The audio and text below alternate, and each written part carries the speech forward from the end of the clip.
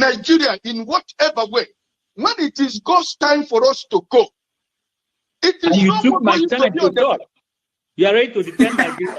I gave you my time. No, I'm coming. Alexi, hold on. You already started. What I'm saying, defending Nigerians is this. I gave him my time and he's using it to defend No, sorry. I'm sorry. Okay. Children are born and put on a rubber stool. No, I tell people, Dr. Damages, you need to come, if you want to know the level of poverty in Nigeria, you need to enter the Nigerian hospital.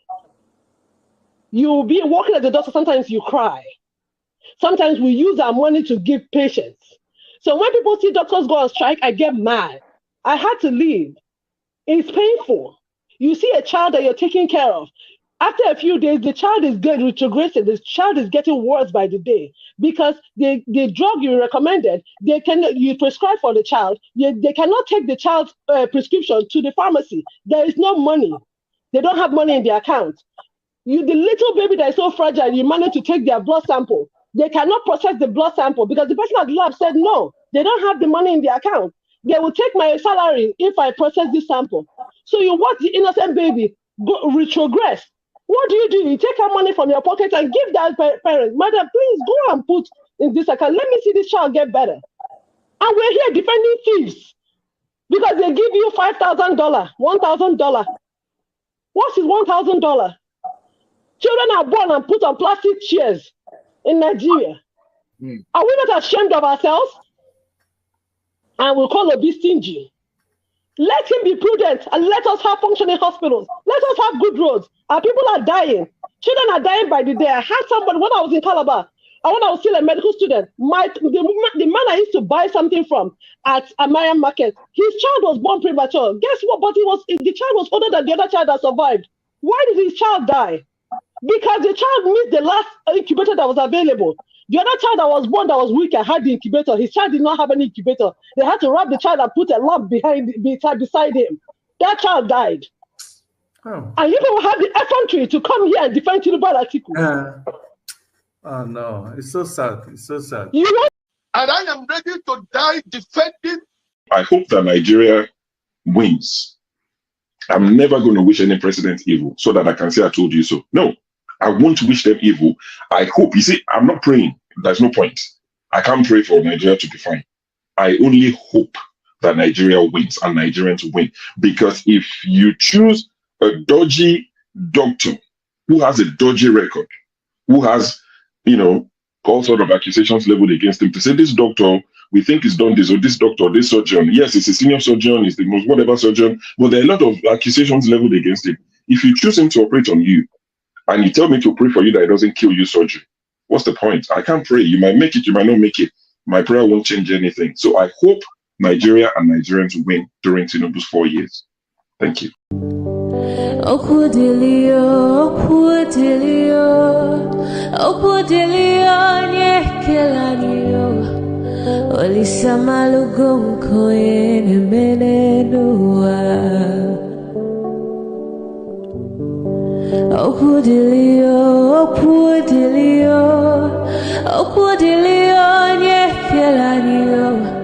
Chukuna malugo yo biadiocha Agaranya chogo kowe bili Agaranya chogo kowe rienio Owe chuku bezie chuku Nuche chukwa busigi fege meo Nuche chukwa busia ifege meo Nifo solo ne asi alibazie Oboye bebe agaranya muliba Oboye wuru agaranya mebi vesolea Mano agaranya mua Oboye afiozi enipa kwa Agaranya chogo kowe bili Agaranya chogo kowe rienio Oboye chikubezi olisa Kodili ma, kodili bemo, kodili wakema, kodili wanima. Naino kwane we beluge beluo. Kodili ma, kodili bemo, kodili kemo, kodili heyo. Ibedwe me wanem, nikadiezi bohimo.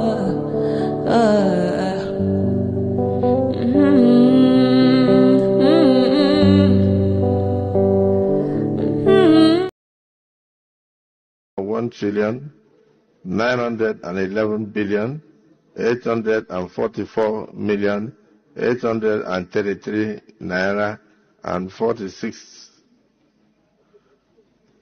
I'll take that again. 1,911,844,000,000. This money is too much for me. 1 trillion. I hope that is not on the record. 1,911,804. And I am ready to die defending Nigeria in whatever way.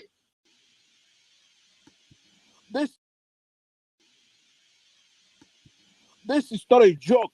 It's not a turn-by-turn thing here. I wouldn't be here.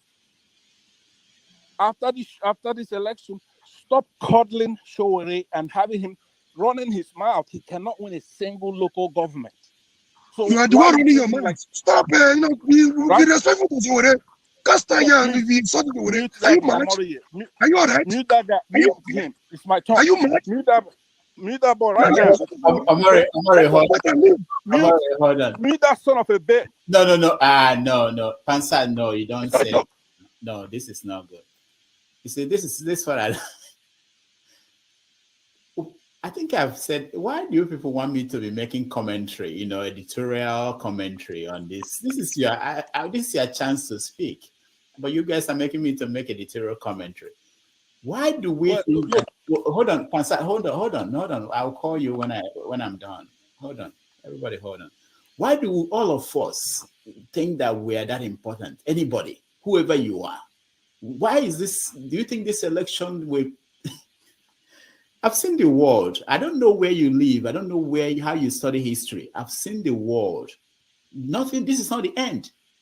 This is not the end. We can't allow people to come here and talk this way. It's not good. You can make your point and quietly, and people will get your point. You understand? Nobody. No, not yet. I'm not finished. Maybe I'll start treating this as like a classroom. I teach a class. Nobody can speak like this in my class. It's not possible. But I just know that I want to engage. I want people to have conversation. I want to make it free. I don't want to start putting people, banning people, stopping people from talking. I don't like that. Blessed are those who know how much they need to know before they know how little they know.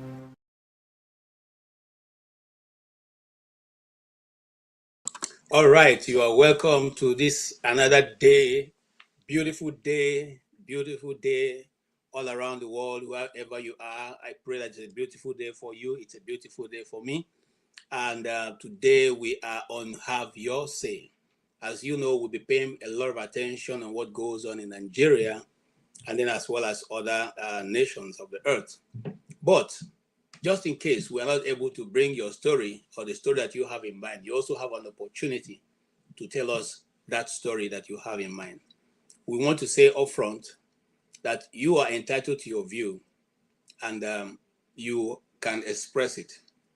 But we are saying express and speak what you think you can defend and what you think you know, so that you don't put yourself in any difficult situation when maybe somebody calls you up to defend what you have said. So with that being said, we have a very beautiful program today. So let's start this way. Because they know they have been exposed. all kinds of maneuvering, all kinds of blackmail. Oh, the minister is too hard, minister is not this. These are the same people who complain that when the former government was here in the 80s, that they never knew if there was any minister. Now the same people now, I say, oh, he's too hard, he's this. The same people want you to give them, yeah, you did this, I'm living social place. Can you help me to let that be road? To which one? But two wrongs don't make it right. No, how? I'm doing the right thing. It's the process of recovery. Yes. Or your administrative processes. Yes. Either let the ground or revocation. The arguments like with the last yes. is that you don't follow due process. What is due process? Court order. No, it's not correct. I don't require a court order. It's not correct. First of all, we are giving you notice. Remember, in March, we published. In March, we will publish about these people who are owing. In March, April, May, June. Now, look, the caucus of the leadership of PDP, led by Senator Abamuru, they came to see me. Now, look, this is the problem they have. I say, what is that? That is and that and that. Yeah, that is the one who owns Nigeria. His name is Wike. He's the only person who is always right in Nigeria. No other person in Nigeria can say anything that is right. Once that right is not from him, then all of you are wrong. It doesn't matter whether it is the whole of Nigeria. Once he takes a stand, you cannot make him see your reason. And but to give it to Wike, I was a bit surprised this week that he decided to give some respite to people, the indigenous communities in Abuja, who they have given some kind of levy, and he said gave directive to his director to quash those levies, and I salute him for that. He has again shown that he can. Maybe those of us who think he doesn't listen, at the end of the day, he does listen. Nigeria is an interesting place. If you read theater arts, you will have read a very book. The title is Theater of the Absorbed. Everything that happens in that play and the dramatic personnel are all people with wonderful characters that And then we have come into another place. This world. That's why I say you should take your time and read history, and read events. Books that people write give us an insight of what may happen or may not happen. And there's a book that I think you should go and read. It's called Holding Talks. Those guys just sit down and they judge you. They talk. And at the end of the day, nothing is achieved from the talk. So that's how Nigeria is becoming. And, I don't want to go to the point to say we are fast becoming a laughing stock, because maybe today they begin laugh. People don't laugh of since when I be small picking. So right now, we have become comedy to a lot of nations. And so we will dive into a lot of things today. But there is a guy who wants to advise us. And, because I lived a lot of my life, my youth in Benue, this guy wants to advise the Benue people that they should remember their origin. And I think sometimes it's good for us to go back. And that's why I don't agree with those people who say we should not study history. We should look up, because if you don't study what has happened before, the tendency of your doing it again is very great. So let's hear this advice. We bring evil upon ourselves. When evil reigns, there is darkness everywhere. The people are sad. But when we bring evil upon ourselves, who are we to blame? Benue had been known from the time of Taka, the Middle Belt Congress. Benue had been known to be a bulwark against the Gambari invaders from Futadelo. But people can easily deceive you. The Gimade, the Akumates, the Orotor, who out of their greed manipulated the electoral process and brought this fitna upon you, brought this evil upon you, brought this the Satan of Satan, if ever lying Buhari upon you people. I brought death and destruction upon you people. Benue, this is not the time to cry. Thieves, this is not the time to cry.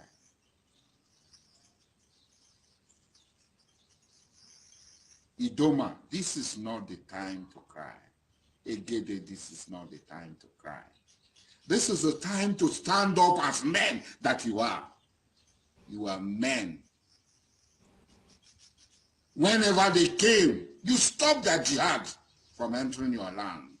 Their so-called evil, satanic war of expansion. If they, with their evil called jihad, the evil of Osman Danfodio that they call jihad, you stop them. Where is that power today? Whenever their cattle strays into your land, you hit them. That's why they call you Munchi. You hit them. Where are the Tifi people? You are crying like babies, like small baby.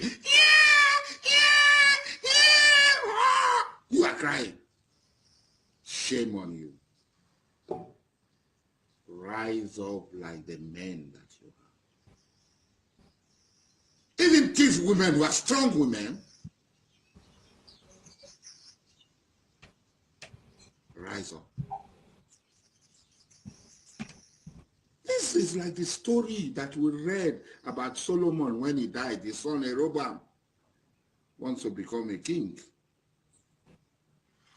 They came to him.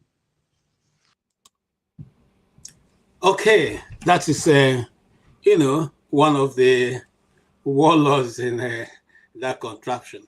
And I like it. You say this is not the time for the Nigerian communities to be crying. This is not the time to cry. This is a time to show that you are men. Men, if you remember, I'm Igbo, so the Ohafia war dance. This is the time to show that you are men. This is the time to show that in spite of everything, your community, your people, held with even bare hands, the invading communities and stop them from, making sure that nobody exists in your communities. And, there are so many stories to tell about Nigeria, and I can go on and on, for so long. But I want you also to know that while Asari the Kobo, good guy, or, some people will call him bad guy also, he plays both sides. Now, some people will also say that while such people are giving advice to the Benue people, who I know are able to stand, I know it for sure. The Nigeirian people, after all, stopped the raging mobile police, troop when they wanted to, build the University of Agric, and they wanted to force the Nigeirian people out of that place. They took them on. We still have that story. We know it very well. So I'm not. I'm just hoping that someone will rise, just like he has said, to tell the people who they are and remind them of their ancestry. But having said that, you see, even in this same contraption called Nigeria, we still have elders, respected politicians, people who can speak from both sides of their mouth, depending on what time of the day it is. If you meet them in the morning, they have a different story. If you meet them in the afternoon, they have a different story. If you meet them in the evening, voila. I mean, you can always get, any which day you meet them, you will hear a very nice, well-packaged, even though you may have been in the morning, they spoke to you in the morning, and you are back in the evening, you will still hear them speak the same thing, irrespective of the fact that they are looking at you, knowing that you were with them in the morning. And if you doubt what I'm saying, here is such people. Never, because maybe we won't be given to speak English. Or is the umbrella? 27 of us in the State House of Assembly never defected to any other party. We were elected under the platform of the People's Democratic Party. and we never defected. We never took any step to defect to any other party. They are members of the All Progressive Congress, and by that very fact, I am their chairman, and so they are within my presence of authority. They are under my presence. They are under the umbrella called, or the broom, whatever, because maybe we won't be given to speak English. When we say umbrella now, they will think we are talking about PDP. They are under the broom called APC. And if they are under the broom called APC, I am in charge. Some days ago, we defected inside the Hallowed Chamber of the River State House of Assembly in line with Section 109 of the 1999 Constitution as ordered. We made sure that we followed due process. We made sure that we did not do anything outside the provisions of the 1999 Constitution. The undue pressure on the judiciary by politicians has given the citadel of justice a bad image and making it lose the confidence of the people of Nigeria. A case easily cited is the River State crisis, which raised the fear that the judiciary may ultimately undermine democracy. In that case, 27 former members of the River State House of Assembly announced their defection from the People's Democratic Party, PDP, the platform on which they were elected, to the All Progressives Congress, APC. In their letters of resignation from the PDP, the 27 assembly members cited a division in the PDP as the reason for their decision. Distinguished colleagues, the reason for the defection by the 27 members of this House are purely in line with the provisions of the 1999 Constitution as altered, specifically Section 109. And the House has already before this time deliberated on all the issues in the PDP, and we feel there is sufficient division, and for that reason, members have the choice to move to the All Progressive Congress as already indicated in these letters. In a bold step to reaffirm their defection, the former lawmakers swore an affidavit before the Federal High Court in Abuja to prove their earlier defection on the floor of the Assembly. This is conclusive evidence of their decampment and perjury in view of their futile efforts to deny it after realizing the damage of their action. Speaker of the River State House of Assembly, Seme here, as he then was, followed the constitutional path to declare their seats vacant and conveyed to the Independent National Electoral Commission, INEC, the need to conduct by-elections to fill the vacated seats. Gentlemen and ladies, are you watching with me? That's why I said we are now in the theater of the absurd. The absurd. People just do and say whatever suits them at any time, with no fear of any repercussion, because you could see clearly by yourself the affidavit sworn in a law court, and the statements made to the media, conferences called, press statements issued.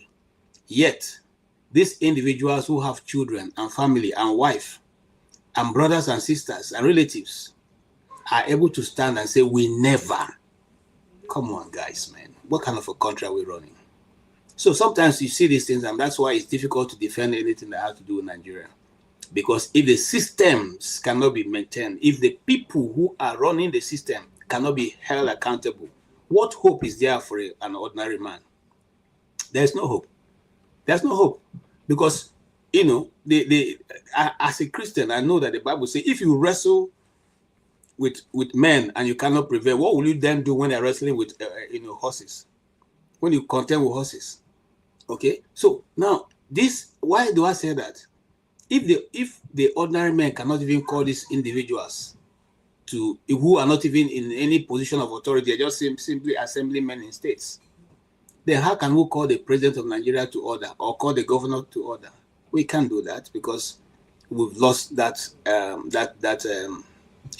stance to be able to take such an action. Call them out, tell them you're a liar. You are a liar, and a liar is a thief. Get out. But no, instead people are pandering to them, and you're hoping that good governance will come. and they're hoping that 2027 will be better. They're hoping that the constitution all of a sudden will change, and the same politicians will change overnight, and all of a sudden they'll decide not to like money, and all of a sudden they just become lovers of the people instead of lovers of themselves. All of a sudden they will hate Prado Jeeps, they will hate Lexus Jeeps, they will hate, bulletproof cars. All that money will be spent on the people. Lie, my brother, wake up. I go lie for you. According to my friend in the comedy, I don't go lie for you now. You don't never to family. But while all this is going on, in the same country where people now use money to show up themselves in whichever way they want, this is what some people are experiencing in the same country. Not been given any form of formal assent. And I think. Thank you for joining us. The death toll from devastating floods in Mokwa, Niger State has risen. Emergency officials say, as at the last count, at least 115 people have been confirmed dead, with many more still unaccounted for. Officials say the flooding followed hours of torrential rain Wednesday night, submerging more than 50 homes in the market town. The National Emergency Management Agency says rescue efforts began early Thursday morning and are still ongoing. The Niger State Emergency Management Agency earlier confirmed 36 deaths, but the figure has surged as more bodies are recovered. Rescue teams are searching for the missing, with concerns that the death toll could still rise. Let's Okay, with the concern that the death toll could still rise. Death toll has risen, my brothers and my sisters. We are counting over 220 right now, and more people are still missing. Over 1,000 people are still missing. Remember that on this channel, we said so last year when the flood came, and I said, as a student in University of Abuja many years ago, almost I left, I think, early 90s. Okay, this flood has been carrying people in that small river in Gwagwalada there. People, whenever it rains, the same thing, the same dam, the same whatever, it's always been happening. And you want us to believe that we are human beings with brains, because it will still happen next year. Go mark my word again. I said so 2 years ago. I said so last year. It's still happening this year. It's going to happen again. That is how stupid we have become. And that's why when foreigners kind of show me an attitude I don't like, I don't bother myself too much, because even in my country, we have refused to use our brain. We have made our own people so common that anything can happen to them and nothing will happen. Nobody is held accountable. Nobody will be held accountable for this one. And certainly it is God. God has done it. It is God that gives. It is God that takes. Wow. Well, while you're still looking at that, just in case you didn't have the action, I have a video that shows some part of what happened. But somehow this is not loading up. So maybe because, again, I have plenty of video. But why that is going on, and the mayhem going on in Benue came to a very high level, to the point that the president asked the chief of army staff to relocate to Benue. But let's just get a snippet of what happened and what the governor said. There was some time that you thought that these were just skirmishes, but I think with new information, it doesn't look like these are just skirmishes. These are major attacks, and you have said that your state is under siege. There are a lot of people who are listening to you tonight. As the chief executive officer of the state, the man who is in charge of lives and property in the state, on whom account you will give at some point based on the mandate you are giving. There are those who say the political feud between you and the secretary of the secretary to the government of the federation. There are those of your people in the state who are picking holes about that feud, and some of the statement coming out of people who have met him in the past. To conclude this conversation, what decisive steps are you going to take? A political feud, how are you going to end it? Because a lot of people are saying this is also coming in the way of defending and saving the lives of the people in the state. Thank you for that question. We cannot deny in total that there is some bit of, I don't want to call it a cold war, but some bit of a political misunderstanding here between the SGF and the state. We were invited to the Toti Palace. The two of us happened to be of chief extraction, and our paramount ruler on the land is the Toti. And he had called us with all the other political architects. So we came to the palace, and then he testified that he didn't have any issues with either the governor or the state as a whole. But I think those who are alluding to this may not also be wrong. Since we've been having all these attacks, I'm not sure any statements come from him or his cronies on what is going on. But when you hold this kind of a very high position, it is a large, big position, and much expected of you. A word might also help in some quarters. Part of what I've done is to take care of this political push by politicians, by a number of the shenanigans, political shenanigans, who are out there to create confusion just for their own personal individual benefits. That in Sankara local government, again, the three local governments, Upon, Logo, and Sinala, we set a judicial panel to sort out for us why we kept having, attacks from within and from without. And what the panel is submitting to us, we received an interim report. Between Tuesday and Wednesday this week, I'm going to get a full-fledged signed report from the panel. It is... That's it, my people. He's going to get full-fledged reports. Needed to say that Father Elia has not, have not shown us what we all expect of him. I know him, from as a priest, because while he was, one of the priests in one of the church, in fact, St. Teresa Church in Makodi, he was not someone that was hidden. He was known to Benue people, and he was one of those who had a special mission, in the Catholic Church. So what he has shown so far, yes, he's done some development, but the first priority of any government is the protection of life and property. It does not matter how much development that you have. It is the life of your people that you need to protect. If you are failing to do that, if you demolish a house, you can build it up. If you demolish a human being, how do you replace his life?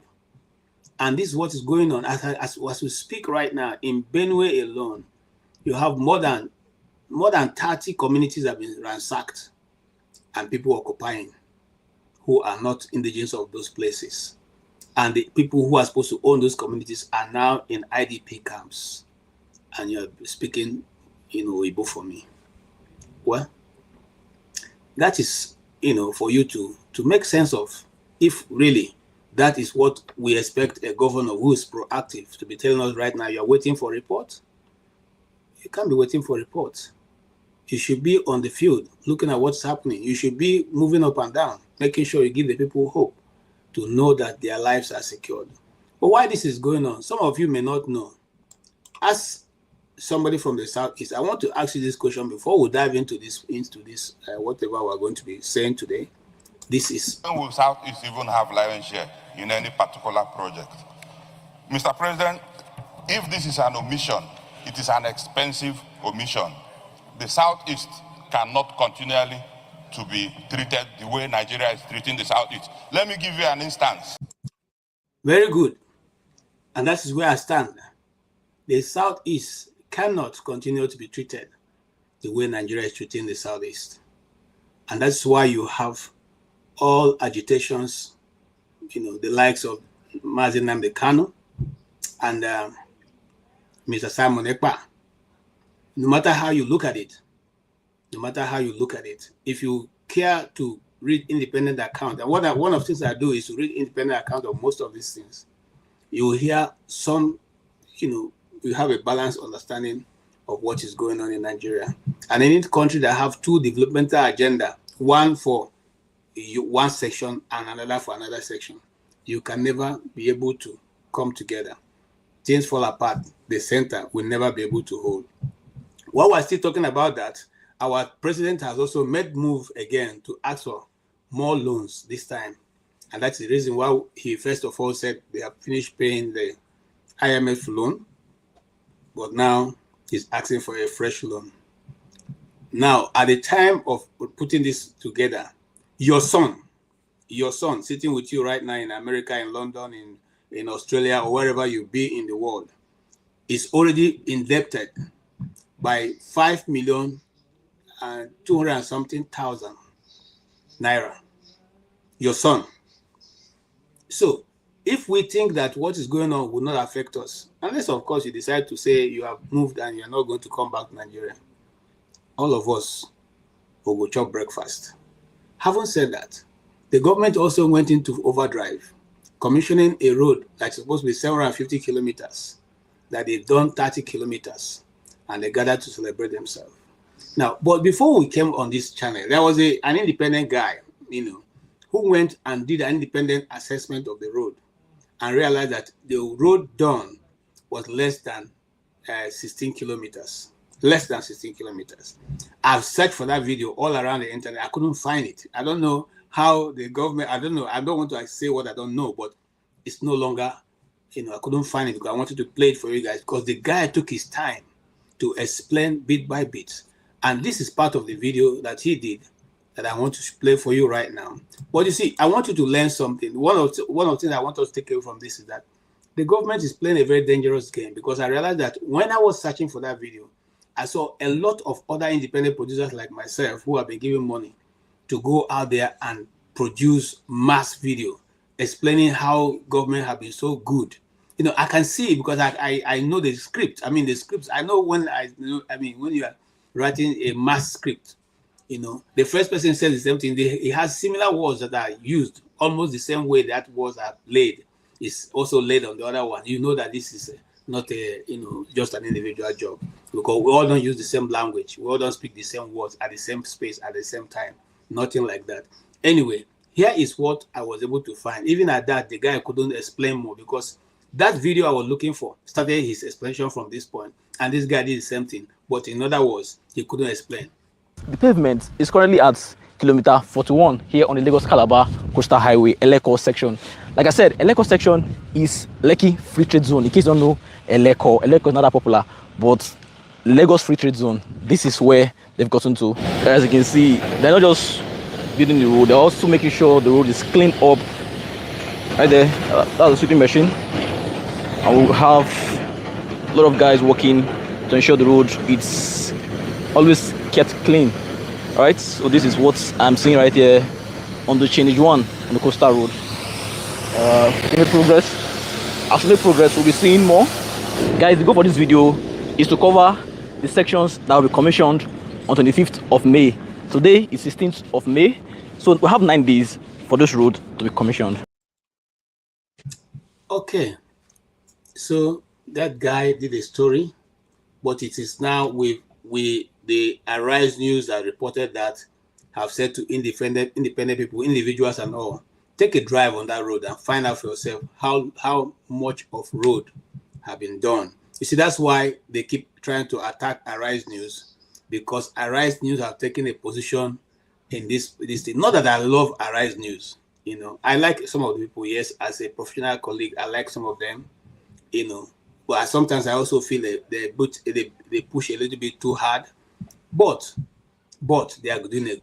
And overall, in a nation where people are jittery to ask questions, to be able to stand their ground, I think what Arise News is doing is one of the things that will encourage journalism. Remember, this was a position that people like Adeleke and Reepo and Danagbese took before Nigerian journalism, went into the hands of bidder. The winner, the bidder, the highest bidder takes it.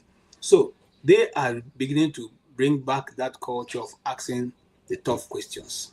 So if you don't want to come to the station, it's okay. But now, having said that, this is what happened, because some of you have already seen that you are attacking me already. I'm just reporting what is going on. I have no part in it. I have no dog in this fight. So don't chew me, okay? Don't do what people go to the studios to go and do to other people. Please, if you don't like my view, okay, it's okay. You can bring your own view up. But here, we say it the way it is. This is what happened in Arise News. Hungry. What kind of hunger is that? And you choose your birthday as a moral police, and they will not to spokesperson of Amechi, and this and using unprintable words that I was not expecting to hear from somebody who has functioned as editorial chairman of Guardian newspapers. For somebody like that to come to studio and begin to say, to call a minister rude in defense of Rotimi Amechi, because he was supposed to, in journalism, we are not supposed to have opinion. So I was shocked to hear him turning himself to spokesperson of Amechi. And I want to also suggest that since he's now Amechi's spokesperson, he should excuse himself from Arise TV and go and do his job properly. He should not be using a platform provided by respected Nigerians like Oga Nduka Oba-Igbena to ventilate his anger, his frustration, and his hatred for Wike. Because it is obvious that he hates Wike. He said here that Wike is rude. When he had issue with EFCC and he had to pay back the money he got from Dasuki money, from Dasuki loot, then the alleged Dasuki loot, he himself and his wife knew the road to Wike's house to go and beg for a bailout, which is obviously got, and Wike was not rude that time.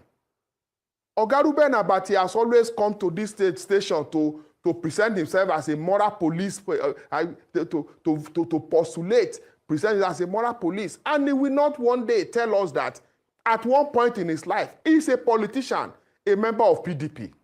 At some point in his life, he was PDP deputy governorship candidate in Ogun State. And he was comfortable having his picture displayed with that of somebody who was wanted by the American government for alleged drug trafficking. He was comfortable on the podium with somebody who was wanted by the American government for alleged drug trafficking. That is the person that will come here and pronounce with his mouth that a minister of this, a former governor, a minister, somebody not hungry. What kind of hunger is that? And you choose your birthday. And that is what we are saying. And I'm saying this again. Nigerians should stop allowing themselves to be deceived. People who were in government yesterday, because they are no longer in government, when they were in government, they did not call Nigerians to say, oh, Nigerians, so this is what we are doing. Come and join us to enjoy a public fund. Now they are out of government for just 2 years. They have suddenly become champion of democracy. Amechi has now become champion of democracy. Amechi, under whose judiciary in Rivers State was shut down for over 1 year. Okay, very well. Welcome back to the morning show. Some things I need to set straight. Dr. Abati did not leave the show because Arise TV told him not to come today. He was indisposed and he called in sick. That assertion that he didn't come because you were coming here is totally false. Secondly, all the allegations placed against him can't be substantiated, and he has the right to be able to respond to all of this. Thirdly, please let me speak. Mr. Larry Olayinka, you would let me speak. You have been speaking for so many minutes here. You will let me speak, please. And I insist on that right. Secondly, the right of reply was between Wike and Rotimi Amechi. And I think it's best issues like that are focused as a right of reply based on that. Not this casting of aspersions about people that are not here to speak for themselves and saying things that are not true and do not hold water. So it will be best for you to moderate yourself and speak to the issues as regards the right of reply. I am still speaking. I am still speaking. I am still speaking, Mr. Olayinka. So please, I want you to focus on the right of reply of what transpired between your boss and Amechi. That's the focus of this issue, and not attacking people that are not here to defend themselves. That's the only decent thing to do. Go ahead. Are you done speaking? Go ahead, please. When your Ruben Abati was in that studio calling Wike, saying Wike was a rude person, was Wike there to defend himself? Was Wike there? So if he's not here, he will also hear what I'm saying and come as spokesperson to Amechi to also defend himself. Again, Oseni Rufai, stop behaving like you know everything. You are not a spirit. The allegation I made is against Ruben Abati, not you. Listen. No, but I have a right to speak up for my colleague. I have a right to speak up for my colleague. You have a right. You have a right to speak up for your colleague. Yes. You don't have the we right. are a team on this show. You don't have a right. We are a team. You don't have a right. You don't have the right. You say even if you are a team, you don't have a right because we are not in the zoo. Ruben, we are not in the zoo. Mr. Olayinka, with due respect, maybe one of these days we'll talk about your own 20 million fraud allegations that you had to go back and forth to court for. Maybe we'll talk to that. Your own 20 million fraud allegations. Allegations against you too. 20 million allegation. I went to court. I went to court myself, and the case was struck out, dismissed. The case was dismissed. If I knew that you were going to talk about it, I will bring the court judgment.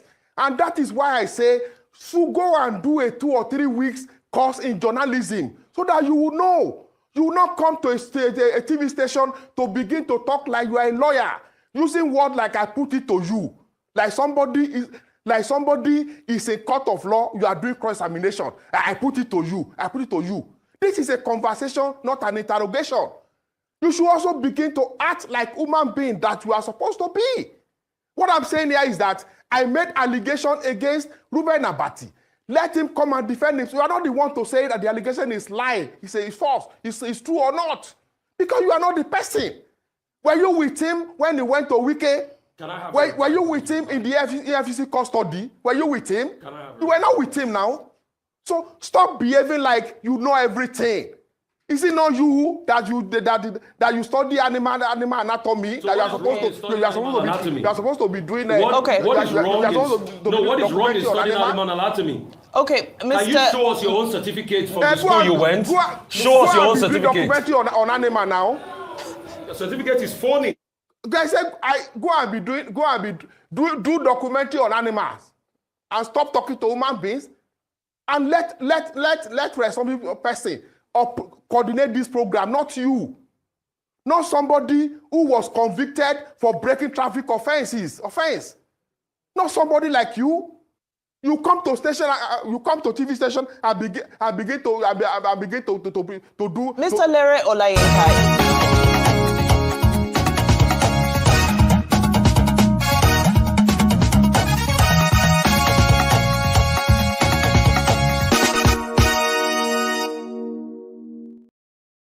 Not an animal. Let's not. And you should retract your statement.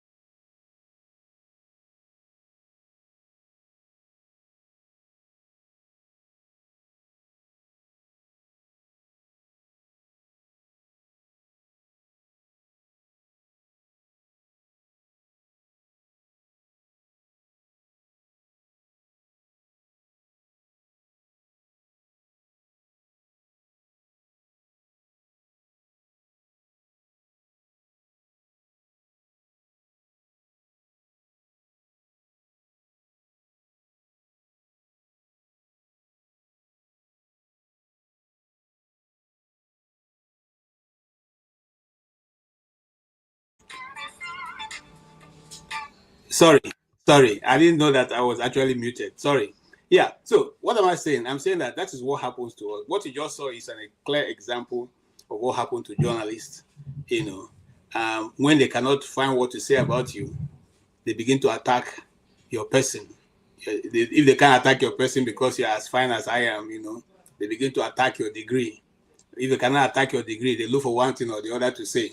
Maybe your smile is not this or that. So, but we are used to it. I don't know why Rufai, allowed himself to be gaslighted by this guy, because that is what he clearly came for.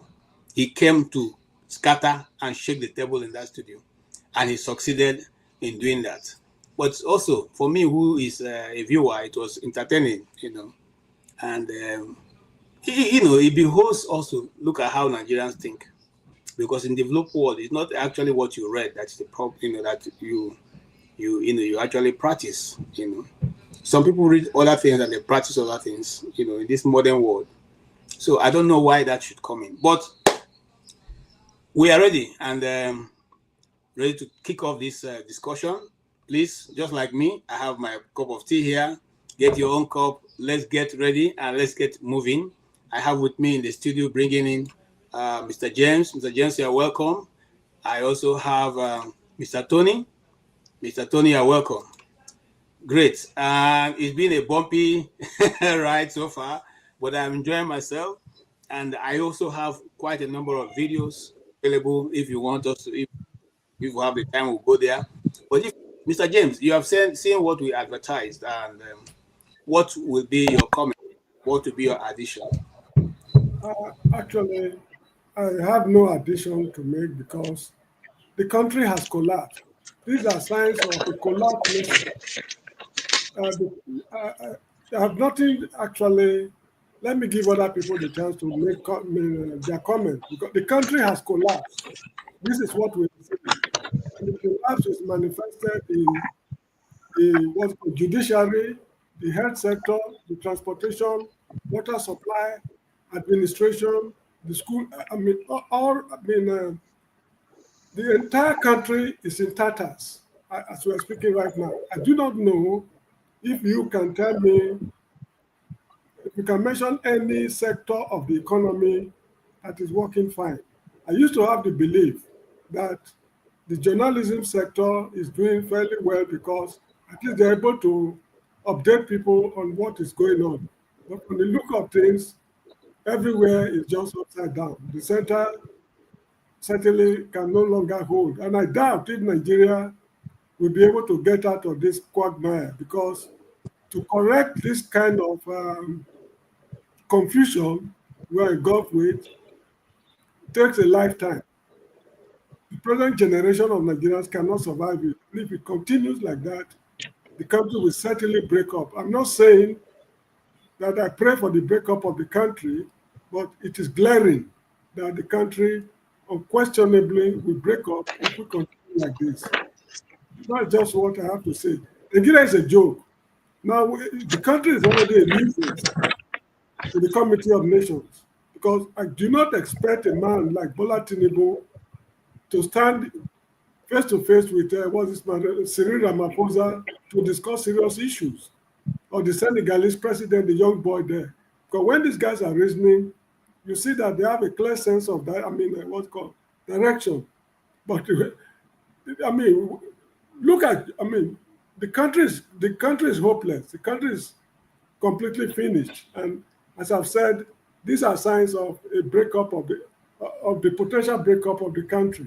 So there's no need for me to comment on particular issues happening in the country. There are tens of thousands of anomalies in the country. Where should we start from? Is it the roads, the hospitals, the justice system, security? You name it. There are events happening every day, and nothing good, no good news is coming out of the country. So that is just it. Thank you. Thank you so much, Mr. James. Yeah, Tony. Good evening, my brother KJ. James, is it good night? My brother Ovie, greetings. Good afternoon. Those who are listening, greetings to everybody. Thank you for letting us in for discussion today. Yeah, quite a lot of things in the polity and here in America. First of all, the bad news that former Chief Justice of the Federation, Mr. Mohammed Wike, passed on. So rest in peace. We also have heard that the Zambian president, passed on at the age of 68. In Nigeria, the judicial workers who went on strike over the implementation of the minimum wage and some other allowances, have, called off their strike. So maybe we'll be expecting the trial of Puti, Natasha Uduaghan to continue to start.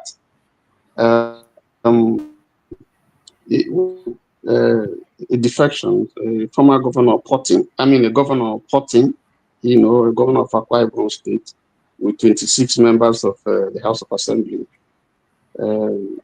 But 3 commissioners have been brave to say, we're not going to go with you. And in spite of the fact that he gave 250 million to some of his supporters, they still booed him, when he addressed town hall meeting, disapproving of his movement. And then, of course, we thank God for the airpiece near accident. Thank God that that plane landed safely and there are no casualties. Only God knows what would have happened if it did happen. Maybe Nigeria would have been in real trouble. And then, of course, we see the big ones, NLC, Afenifere, scoring the government very low. Altercation between Amechi and Wike, which played. Umahi commending Tinubu for 2 years of successful leadership. And then sadly, you talked about it, flooding in Mokwa and all the people that were lost and missing, and the president not showing up, has never showed up. Went to Casina for a birthday party, but he has never showed up to any of these casualties, whether in Benue, whether in anywhere in the country, which is unfortunate, even though we made the donation of 2 billion. Then, of course, you talked about the commissioning of the so-called 30 kilometers road, which is controversial. A lot of things to talk about that.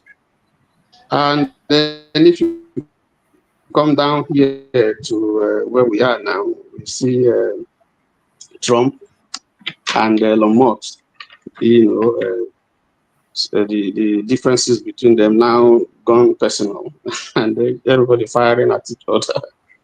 We also see the ban, travel ban on 12 countries. When I was looking at it, I saw that 7 of them are from Africa, 5 from Asia, and other places, but none from Europe.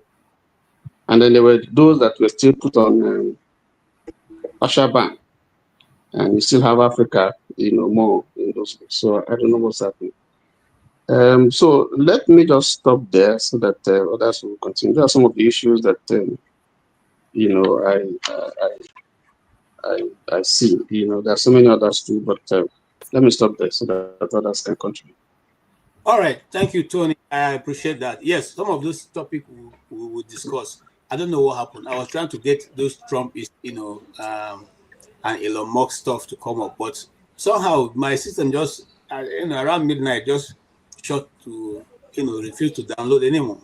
So I'm having to manage what I have, and we'll go ahead. As we go ahead, we'll see how we can put all that into play.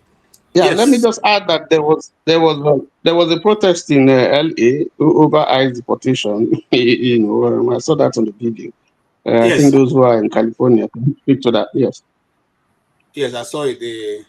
And the arrest of people in the court who have gone for their court proceedings.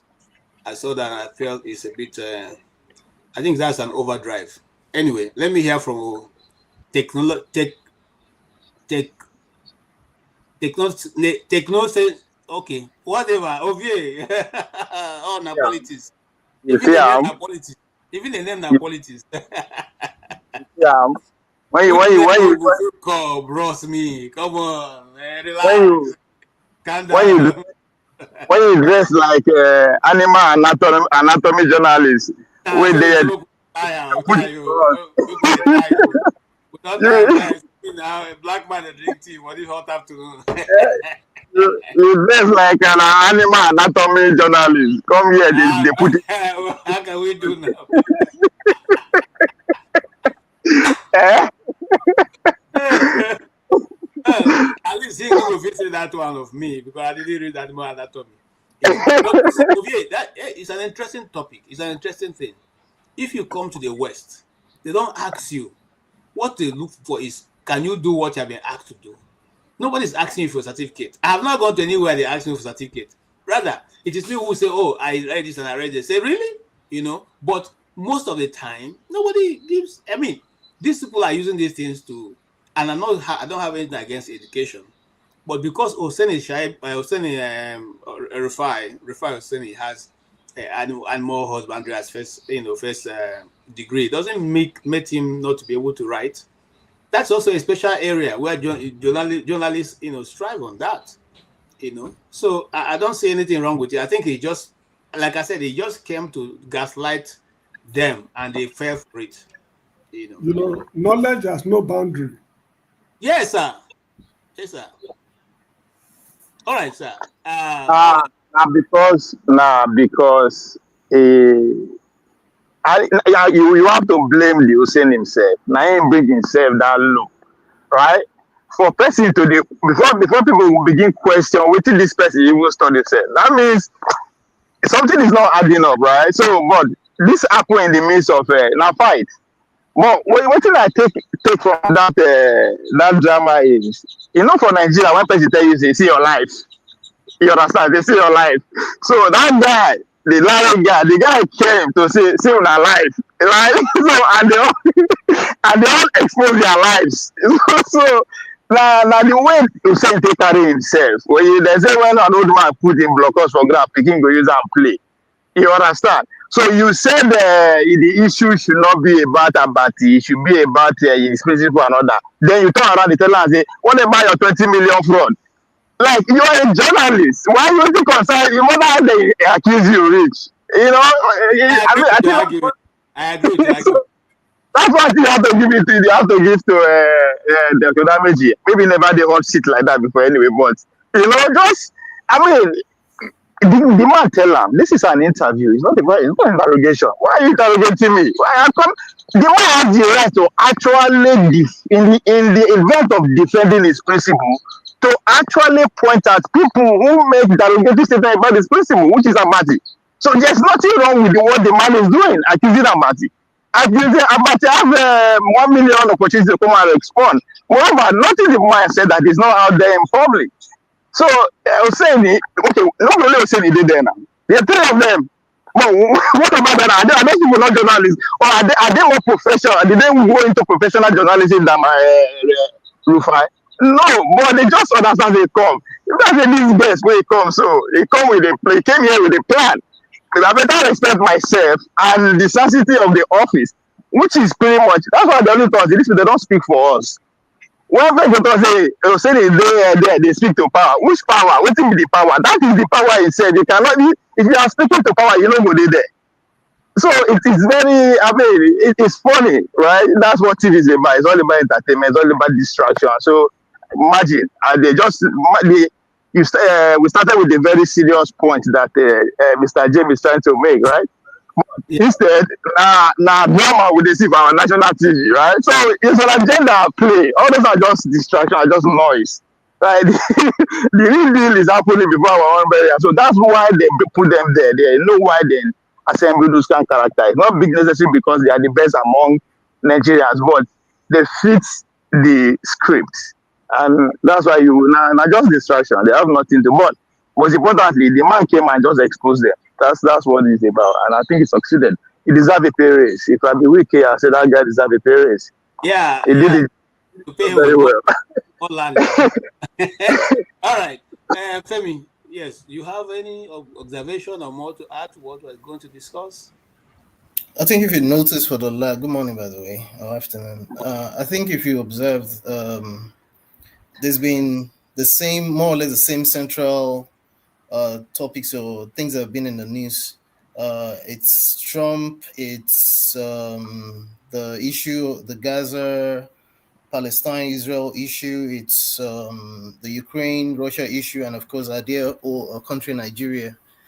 You saw what happened this past week in terms of the what's it called, the strike, the drone strikes by Ukraine, and I don't know if those that follow mainstream media, which as you would know, you being a journalist, you know you're not getting the real news most times there, especially when it's coming to you from CNN and Fox and what have you. So, and I know the people I follow, so I know where we get the proper news, including people that have been ex-CIA, ex-FBI, that know exactly what America has been doing forever.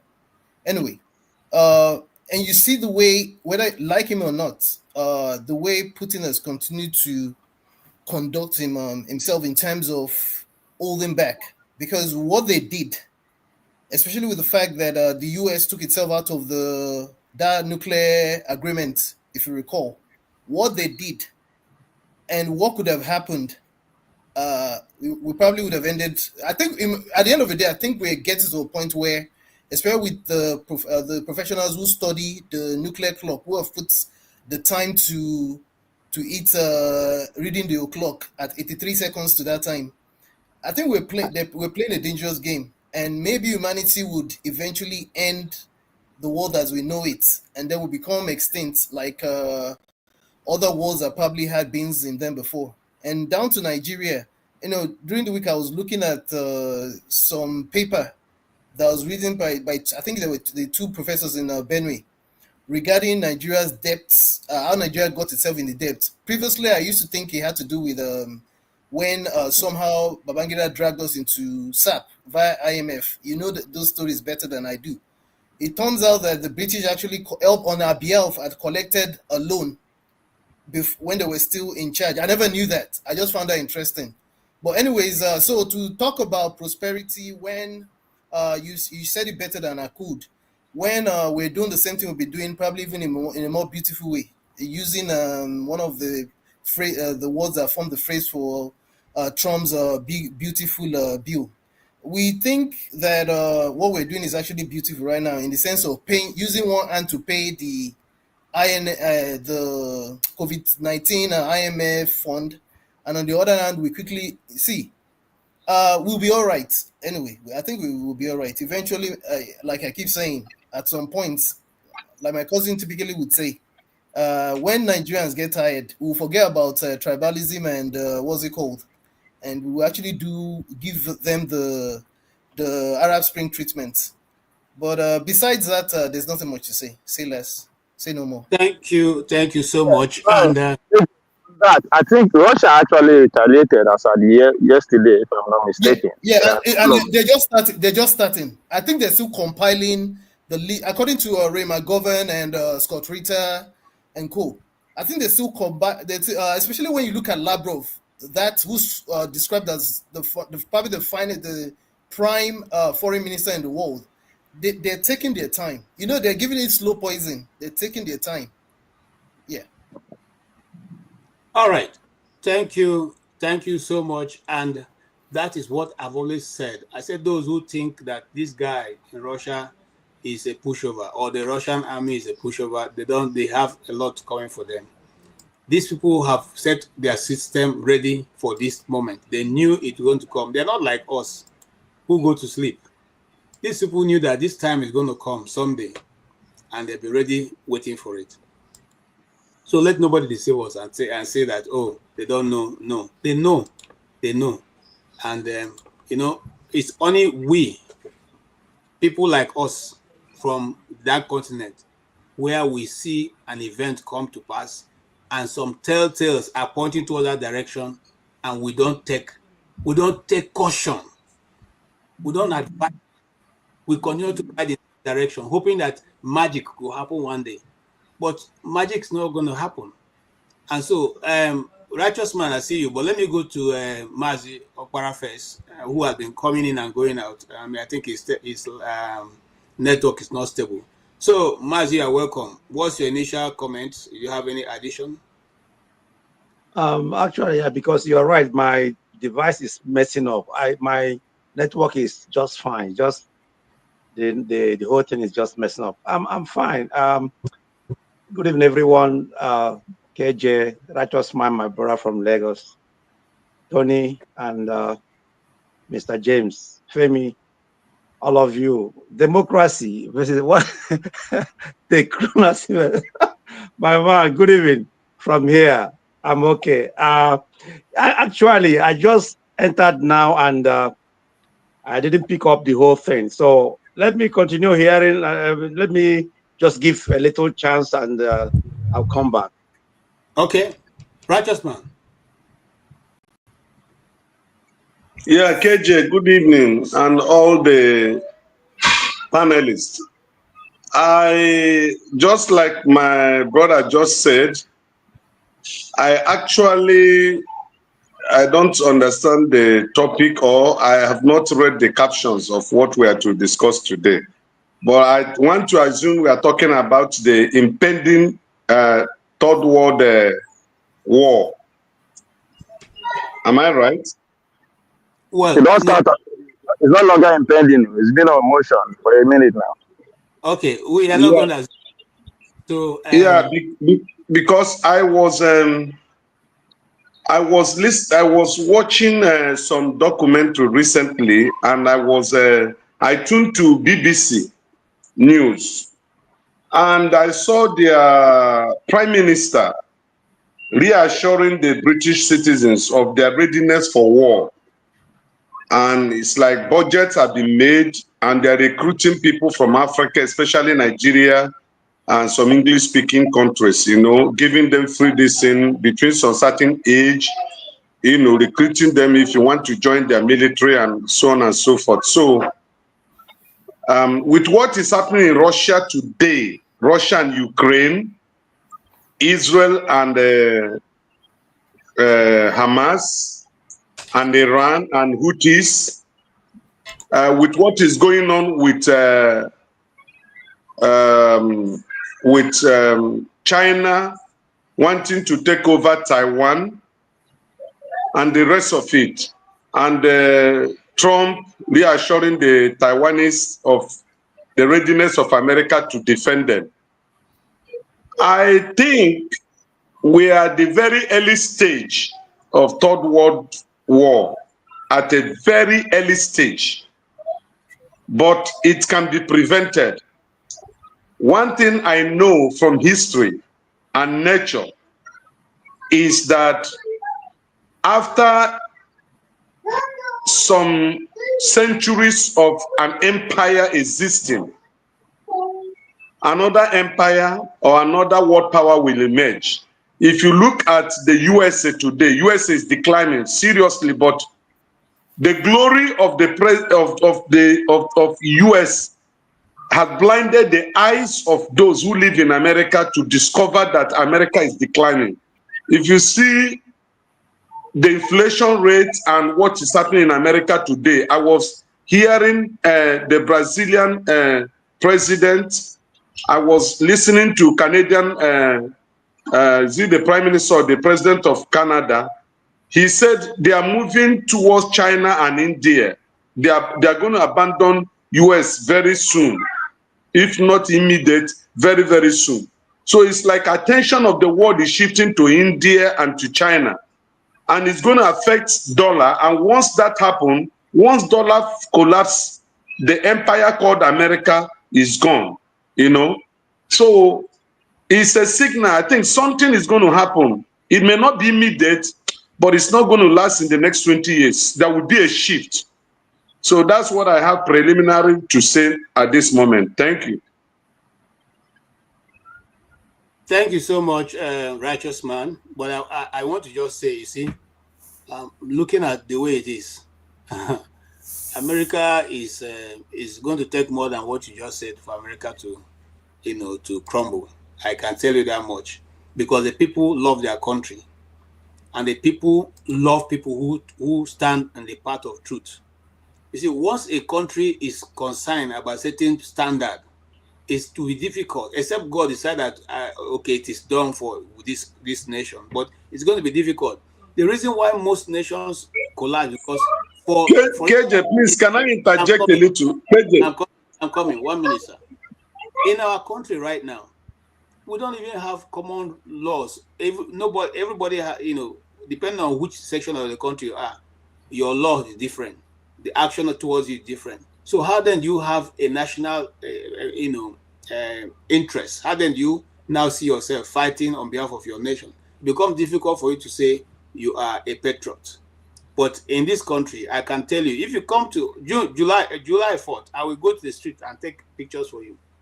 You see them mounting their country flags on their. In fact, they form a parade. And anybody who lives in America will have seen it more than once. They form a parade. Nobody's paying them. This is their own gas, their money. They are putting their flag. They bought to themselves. They mount it behind their thing and drive around. They don't shout. They don't sing on your mandate to stand. They shout. What they shout is USA, USA. They don't shout on your mandate. They don't go to the National Assembly and go and sing on your mandate to stand. They don't. Who are you? They don't. In fact, they don't even care which position you are. And so it becomes difficult because, let me tell you something. Today, I went somewhere before this program to go and buy, the restroom has need to change the seating for it. And I went there, guess what? I want to take a picture and play here, but these people move their children to those, they call it Home Depot. They are teaching them how to make chairs by themselves, make cupboards, make this. All of them, guess what? Everybody who is there was white guy and their children doing that design. And I guess that's what they do every Saturday, because my first time of going there on Saturday. Next week, they will be there. And then you think people, are they going there to read book? No, they're telling them that, you see what? If you want to join a wood, this is how you join it, this is why you cut it, this is how you do it. And the children will do their own miniature ones. My brother, that is why everything here is do it yourself. And so a nation that's prepared, they already seen what is coming. It's difficult. The problem with Africa is that we're not even truthful ourselves. But let me leave it there because I'm not KJ, let me hear you. Please let me say something.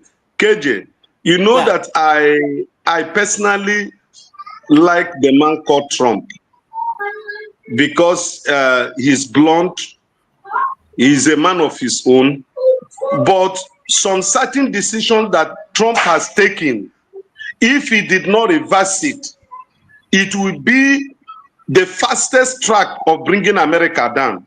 I am telling you, if you go by history, there is no empire that lasts forever. No empire has existed forever. Empires come, world powers come, and they go down. And don't rule out, no matter how the citizens love their country, when it is time for a country to go down, it will go down. And what Donald Trump is doing today, if you check it very well, if he is not checked and called to order, it is going to bring down America. No matter how you try to kind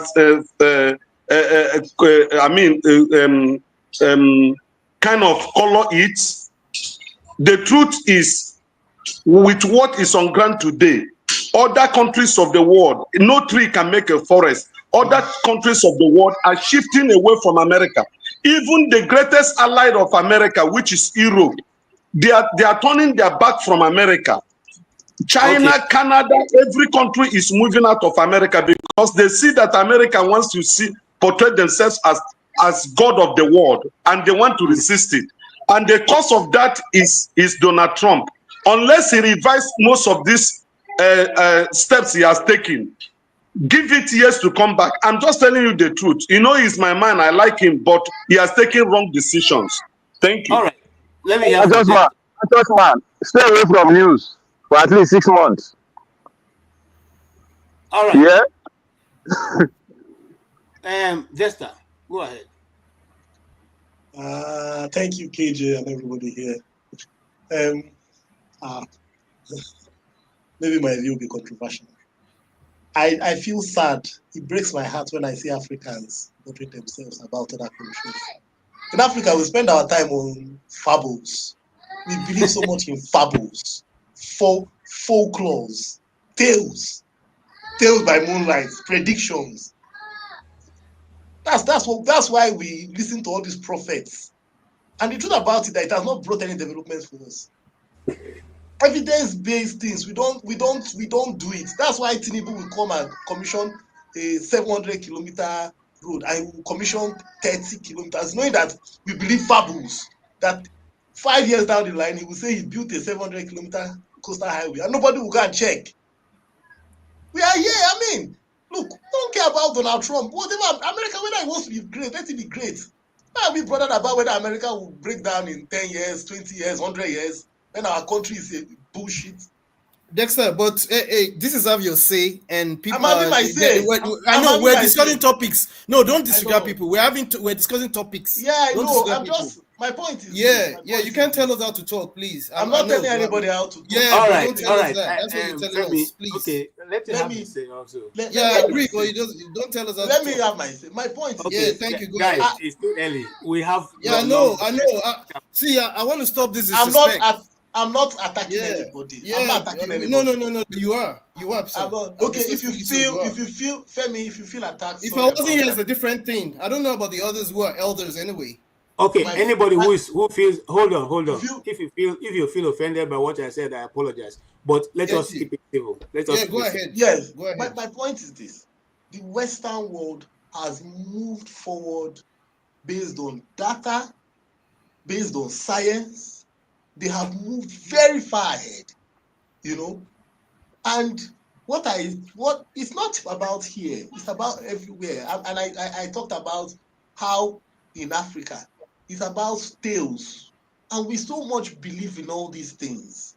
The story of how Nigeria went to play India and the Indians were playing by barefoot and they scored 100 goals. These stories.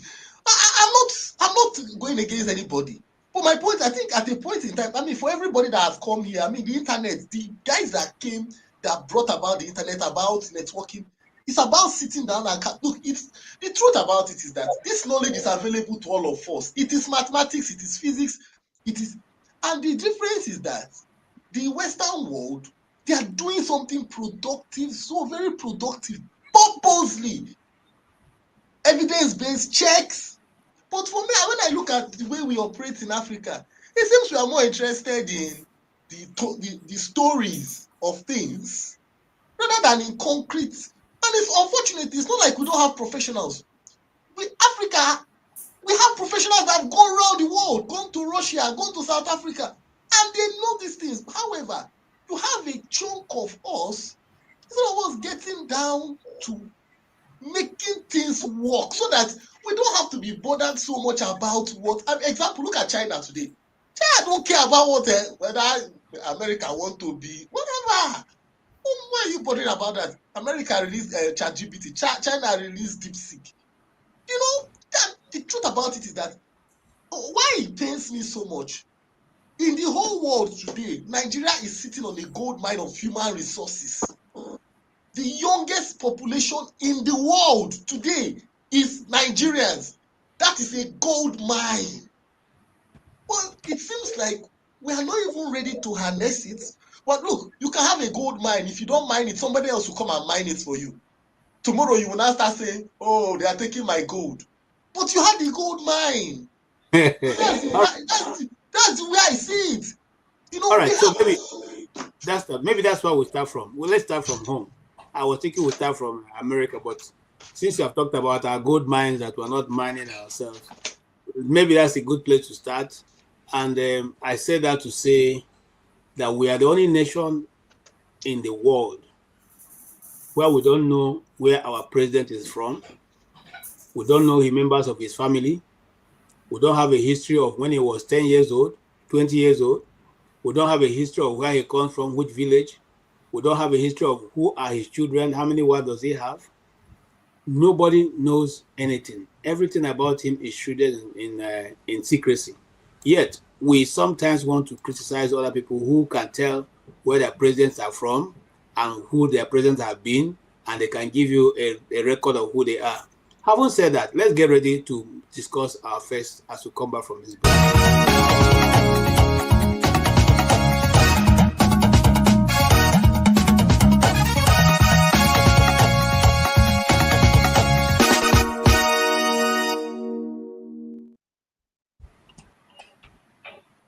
Okay, here we go. So far, on the 30 kilometers that will be commissioned on 25th of May.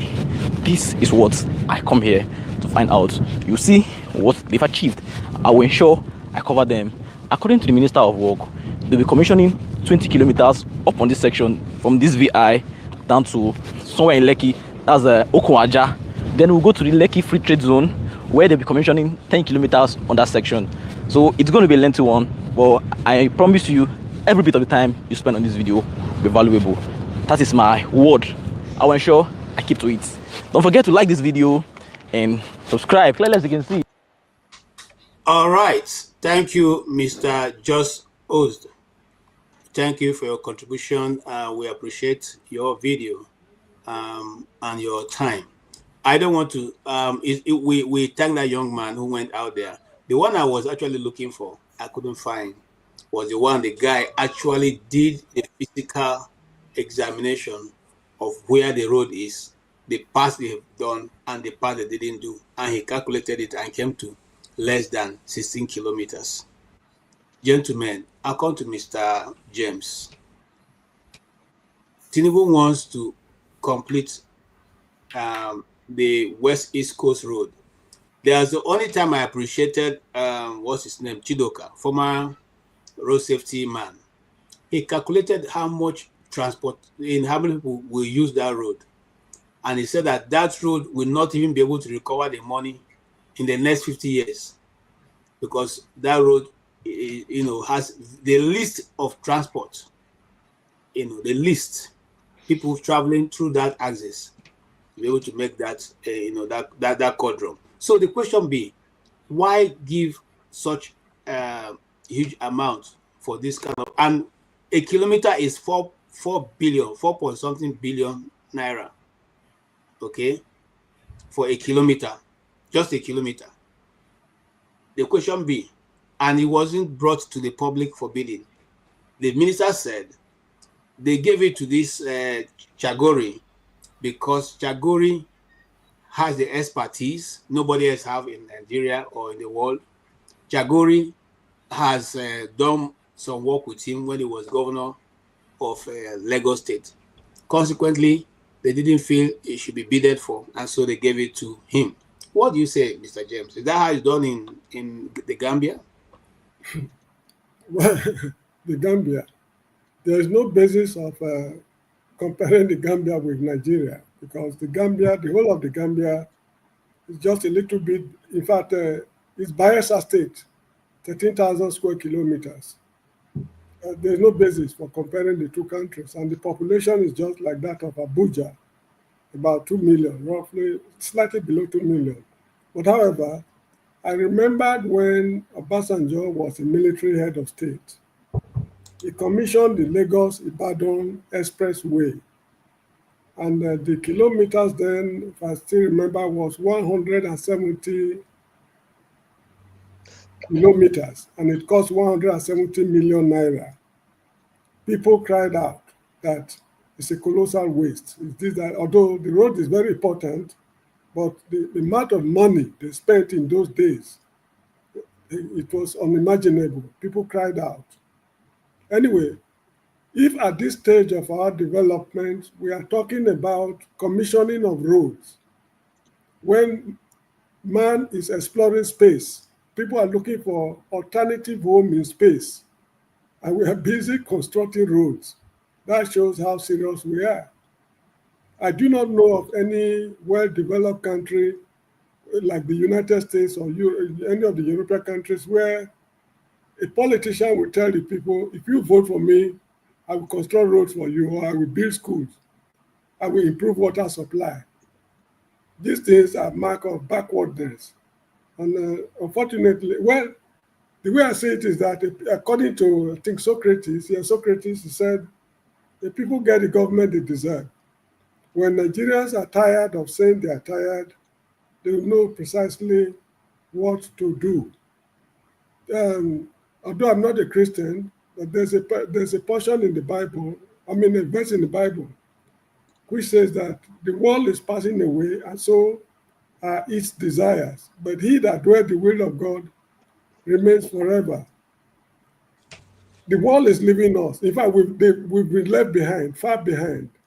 We have the capability to become one of the leading nations of the world. We demonstrated it at a time. Jokingly or laughing, it happened during the military dispensation, not under civilians.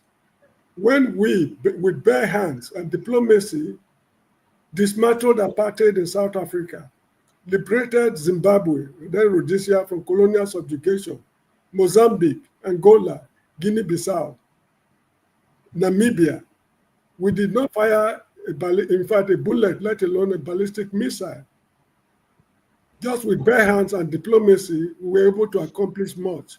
I think somebody said earlier on that we have the greatest resource base in the world. That is the youth. We've deliberately refused to get ourselves organized. And if we are not being organized, well, what I say is that other people will organize us on their own terms. History has shown, as I think somebody also mentioned, that empire rises and falls. What I know in history, particularly during the world wars, is that when the world is getting messy, problems are erupting which man cannot solve, man will deliberately form, they will create conditions that will favor the outbreak of wars.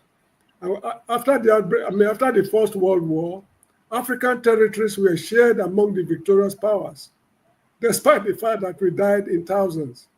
The same thing was repeated during the Second World War. When the war ended, the victors did not even acknowledge the role African countries played. Nigeria is in a good position to lead Africa, but now, take it or leave it. A country like, I would like to mention any country, any other African country can invade Nigeria today, and because of the degree of the degree of disunity in the country, that country is likely to have a smooth victory over Nigeria. Because, frankly speaking, we have no government to start with. But the problem is, where should we start from? It's a mystery I cannot resolve, frankly speaking. From the look of things, it's a revolution that will solve the problem. But most people are scared when we mention the word revolution because of what goes with it. But the word revolution itself does not necessarily mean bloodshed. When you talk of the Industrial Revolution in Britain, there was no bloodshed associated with it. It was a revolution, a radical break from the past. But who is to initiate that break in Nigeria today? I think it's only time that we tell. That is what I've got to say. Because it's terribly hopeless. There's no part of the country that is making any reasonable idea. Unfortunately, we are complaining. For how long should we complain? I do not know. But one thing I know as a teacher is that students who study diligently, preparing for exams, they still find it terribly difficult to pass exams. What about students who refuse to prepare? You see, I think it was Geoffrey Chaucer in Canterbury Tales who said, if gold rusts, what will iron do? Those who prepared could not pass. Those who did not prepare, only God knows what will happen. But however, the most important thing is that if we are unable to get ourselves together, let other African countries take the lead.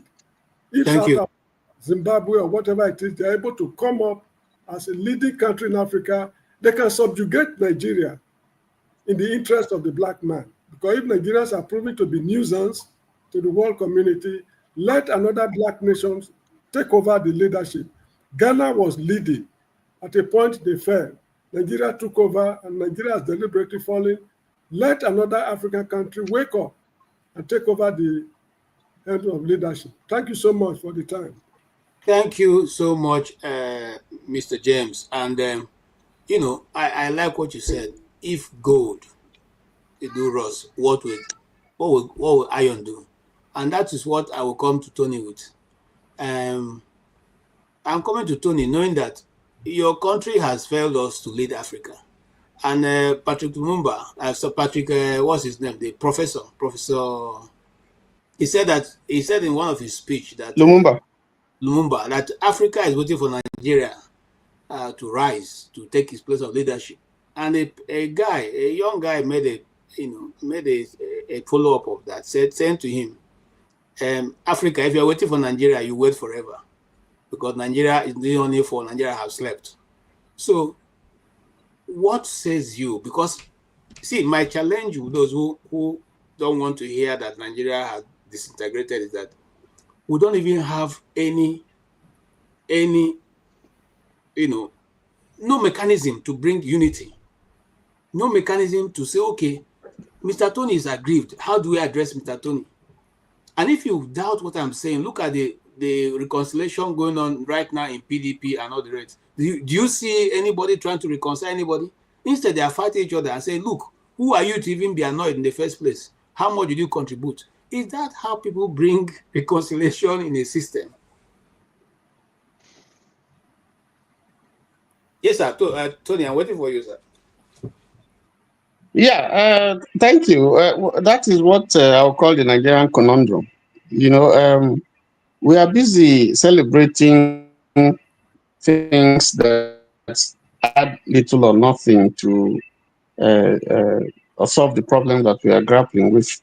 For instance, today in Burkina Faso, from what I read, it just reached a new milestone in oil production, employing a technology that will quickly deliver crude oil, in 24 hours, 55.7 metric tons in just 24 hours. That's a landmark thing. And then it has been able to also up its gold mining extraction by 4%. The impact of that, can easily be seen, in terms of how it transforms the economy of that small place. So, but here we are celebrating so much hype over a 30-kilometer road, that has not been completed, that has so many controversies. And I like to talk about that, because it's a shame, really. First of all, when Umahi came to AIT and he was talking about this road, this Lagos-Calabar Coastal Highway, they said they accosted him and said this road is going to cost $15 trillion. Umahi said no, that they don't know the cost. That's the minister saying he doesn't know the cost of a project that is under him. First of all, the environmental impact assessment was wrong. Probably I don't know who did the geo survey, because a lot of money was done initially in prosecuting and trying to clear the lines for this road. They spent so much money, they destroyed houses, caused a lot of losses for people, took over a lot of land from people, paid little compensation, some didn't get at all. So somebody said he just got 1% of the total value of his land, only to abandon it because they now found out that there were optical cables somewhere along the way. And so they abandoned it, acquired another set of land, diverted the project. That's another spending, excess spending. Okay? And you don't know how much it's going to cost. So you don't know how much. So if you look at the preliminaries already, it has cost you a lot of money outside whatever you projected initially, if there was a projection. And then two, even in the bidding process, there was no bidding, in a country like Nigeria. Just decided that just only one person in the whole world could do this because he was able to relocate the Mami water that was troubling the Atlantic Ocean and almost trying to consume the whole of Victoria Island. And that's like you are talking to people who are silly, who are dummies, when we know that that's not true. The Nigerians are savvy. They are, they have the technology. Even Julius Berger, according to them, couldn't even do it. And then you just point to this thing, that somebody who has been working with you did, And if you look deep, you find out that there are some interests, of certain people who are connected to government in that company, So it's sad when we celebrate all those things. Now, if you come proper, somebody, you play the video. I watched the video, previously, where someone decided to go and investigate to find out how true, in terms of what we are hearing, in social media and what government is saying, how much road has been constructed, and like you said, KJ, from Victoria Island to Eleko roundabout, that's supposed to be 20 kilometers of road, and from the assessment, what is done is less than 20 kilometers. And then from Eleko roundabout to the current location, it's supposed to be 10 kilometers. What is done is less than 7%, about 6.8 kilometers, they say. So this, from what I understand, if you put it together, they say it's 26.2 kilometers of road. And it's not a long stretch, it's broken down. So out of 750, some say 700, that tells you clearly that people don't even know what the figures are. They don't even know the length of the road if you're going to have these controversies, for something that is really measurable. That's the kind of government that we're saying. And someone is celebrating and telling you that they have done. How can you be commissioning that as a project? Now, if you take the cost, whatever is going to be the cost, it's going to be told. Because government input is just 30%.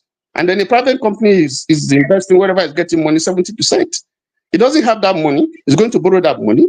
So it's going to transfer the cost and the way it is to the common people. And it's going to be told. It's going to get it through tolling. And we're not sure that this road is going to be completed in the next 2 years. Within the tenure, in the next 2 years, within the first tenure of this government, we're not sure. And then if you add inflation and naira, volatility and so on and so forth, you don't know what the project is going to be. So, and then someone said, if you look at the traffic, compare it to other roads, will you say that this road is the most important project, that will generate money or impact the lives of the people? Is this road going to do that? Yes, the road transverses 9 states, coastal states. Yes, the road provides a new outlet out of Lagos, so it will decongest. Because the other day, you see the Lagos-Calabar Expressway was jam-packed. So maybe it will reduce the stress, but you have not finished it, so people can't go on it. So how long is it going to take to finish the road? We don't know. Nobody has told us it's going to take 2 years, 3 years, or 4 years, or 10 years, 20 years to finish. We don't know all those things. So planning is a problem. Procurement is a problem. Yet somebody is smiling away with a lot of money in his pocket. What kind of country? What kind of nonsense? It's a big shame. It's a big shame. Let me just stop there since we're talking on the coastal road. Thank you. Thank you, Tony. And I'm coming to all our politics. Is this coastal road the most important thing that Nigerians are yearning for right now? And of what value will this coastal road be to the ordinary Nigerian? And by the way, I want to put it in context. David Omai destroyed people's business, saying that it was because they are going to use the shoreway, the shore.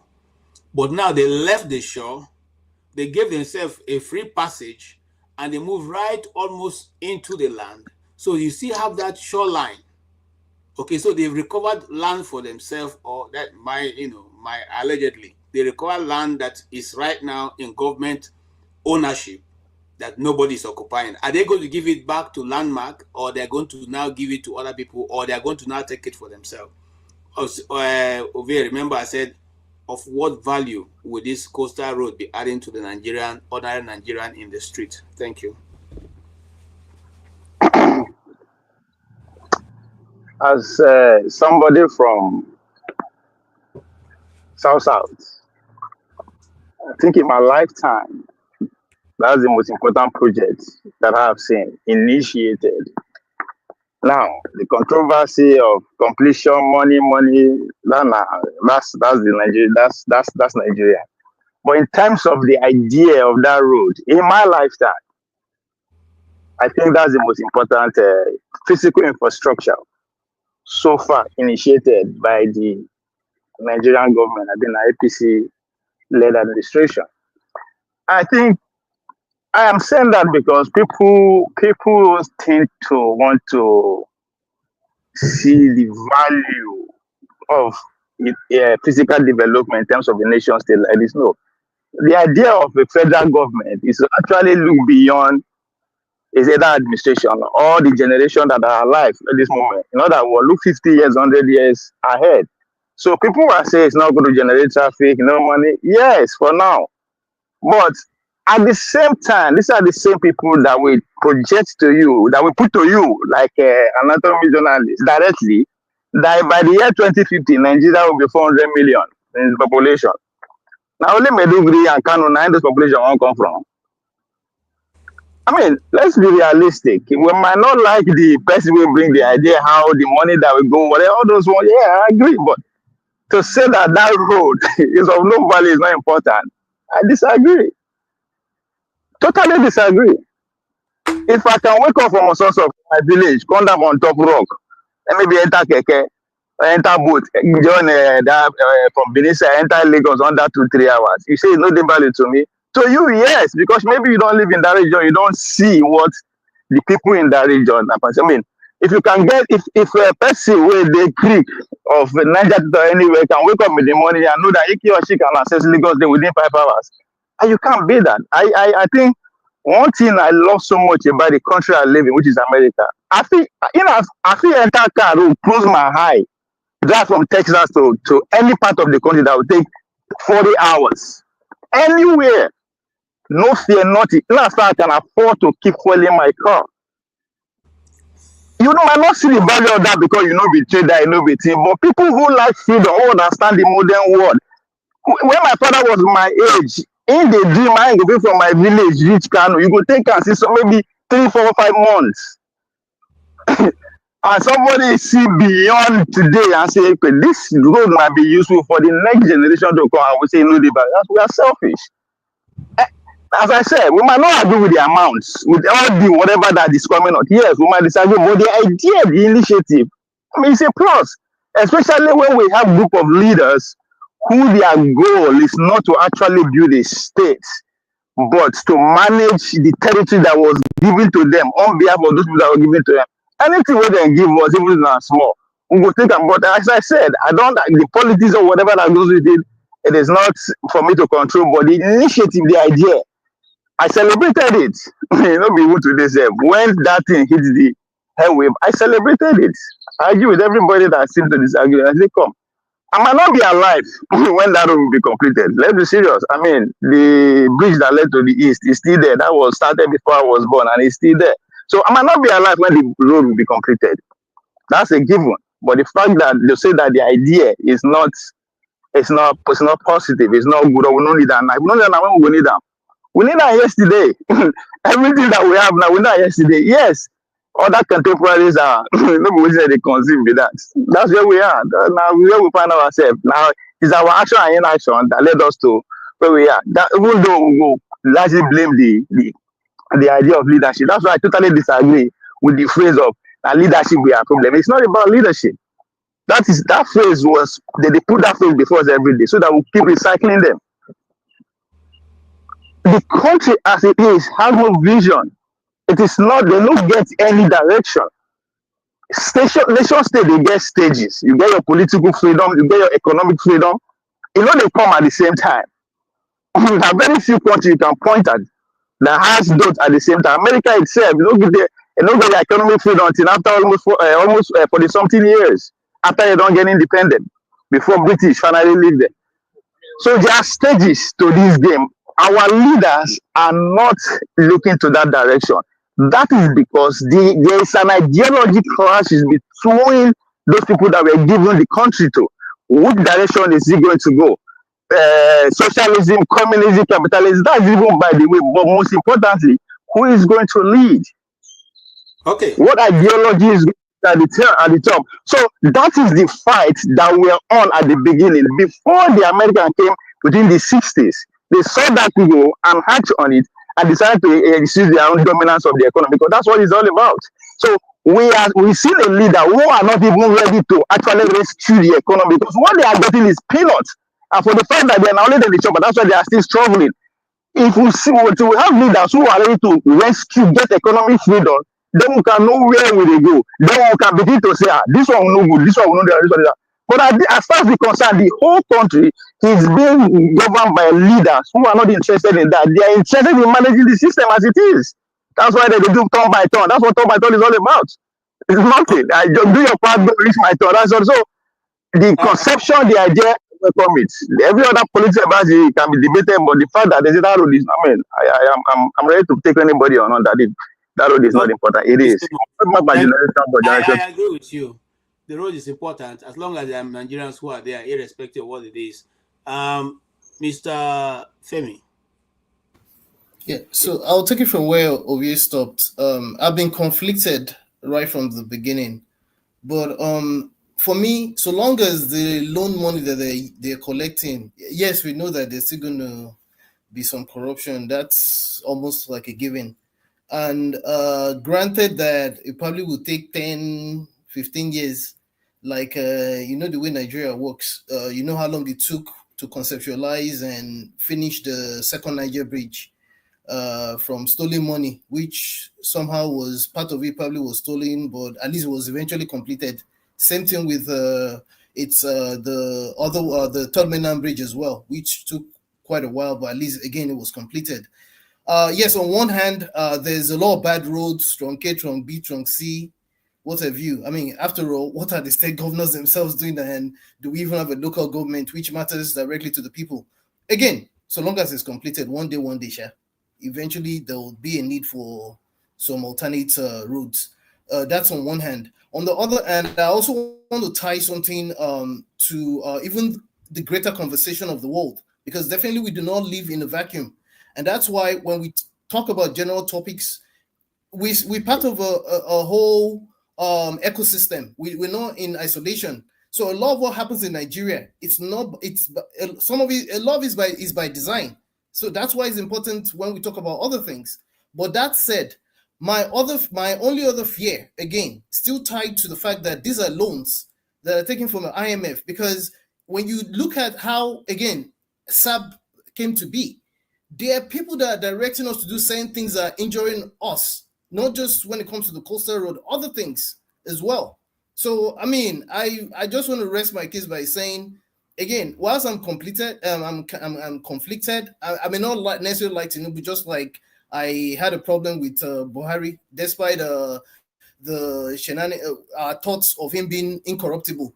But in this case, so long as they finish it, I think it's going to be a plus eventually, especially considering the fact that we're trying to take out traffic, since we find it difficult to make the other ports usable. So maybe that's a way of decongesting. What's it called? And it's definitely, for those that know economics even better than I do, it's going to result in some kind of like economic activities along that stretch all the way to the south. That's the way I look at it. Okay. Thank you. Mr. Mazi Okpara.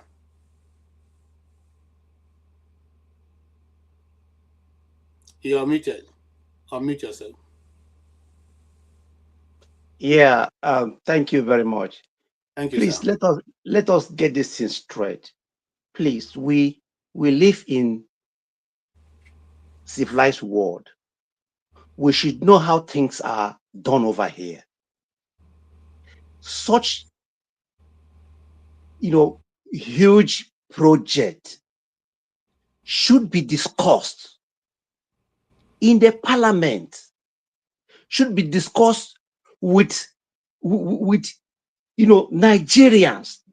There should have been town hall meetings, because this is a very, very expensive project that should have been discussed not only months, but even years. Because some people, that project has ruined their lives forever. That project has condemned a lot of ancestral lands. Here where I live, such projects, let me tell you, could even take 30 years, maybe, both courts, process and everything before it will be, consigned or signed off. You just woke up early in the morning, just the way he said subsidy is gone. You woke up early in the morning and you award this kind of contract. There was no betting, there was no interaction with the people, and you said this is it. Before you know it, they start destroying people's properties, people's lives, and we are here, praising that kind of mundane, draconian, system. It's not well with me. We need growth everywhere in Nigeria, but everything should go accordingly. KJ, this clip you played, that young man, objective media, that guy did what even Rufai was saying about all of them couldn't do.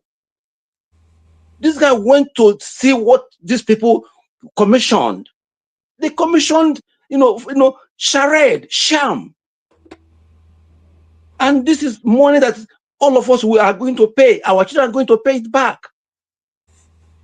I'm not against any project that will alleviate our people's suffering, but let it be accordingly. Let it be done, democratically. That is what I'm trying to say. You gather this kind of people, you gather them, you celebrated. Some of them flew from Abuja, from all the whole APC governors, just to, push themselves into a house, a hall, commission that thing, and left. And Nigerians are clapping, and those things is not existing. For example, over here, when a road is commissioned, that means that road is open for services. That means that road is completed. Last week, let me tell you, last week here, one of the most expensive bridge was opened here in Rensford, here in Germany. 40 tons, heavy bridge. In fact, one of the biggest in the whole, if not, in fact, 70 meters high. The person who commissioned was the mayor of that city, not even the governor. The mayor and the Strasbourg, Google it. It was Strasbourg that constructed that bridge. The chairman of Strasbourg and another company, the daughter company, and the Burgermaster means mayor. They are the people that commissioned this thing, and people were moving. Vehicles start moving immediately. Why are we doing this thing to ourselves? I blame Nigerian media. These journalists are not doing their work. If they were doing their work, that thing wouldn't have been, wouldn't have gone free like that, because those guys just gathered there and messed up the whole thing. Even Abati, when Rufai was trying to let Umar tell us how much is the cost of 1 kilometer in Nigeria, Abati shut him down.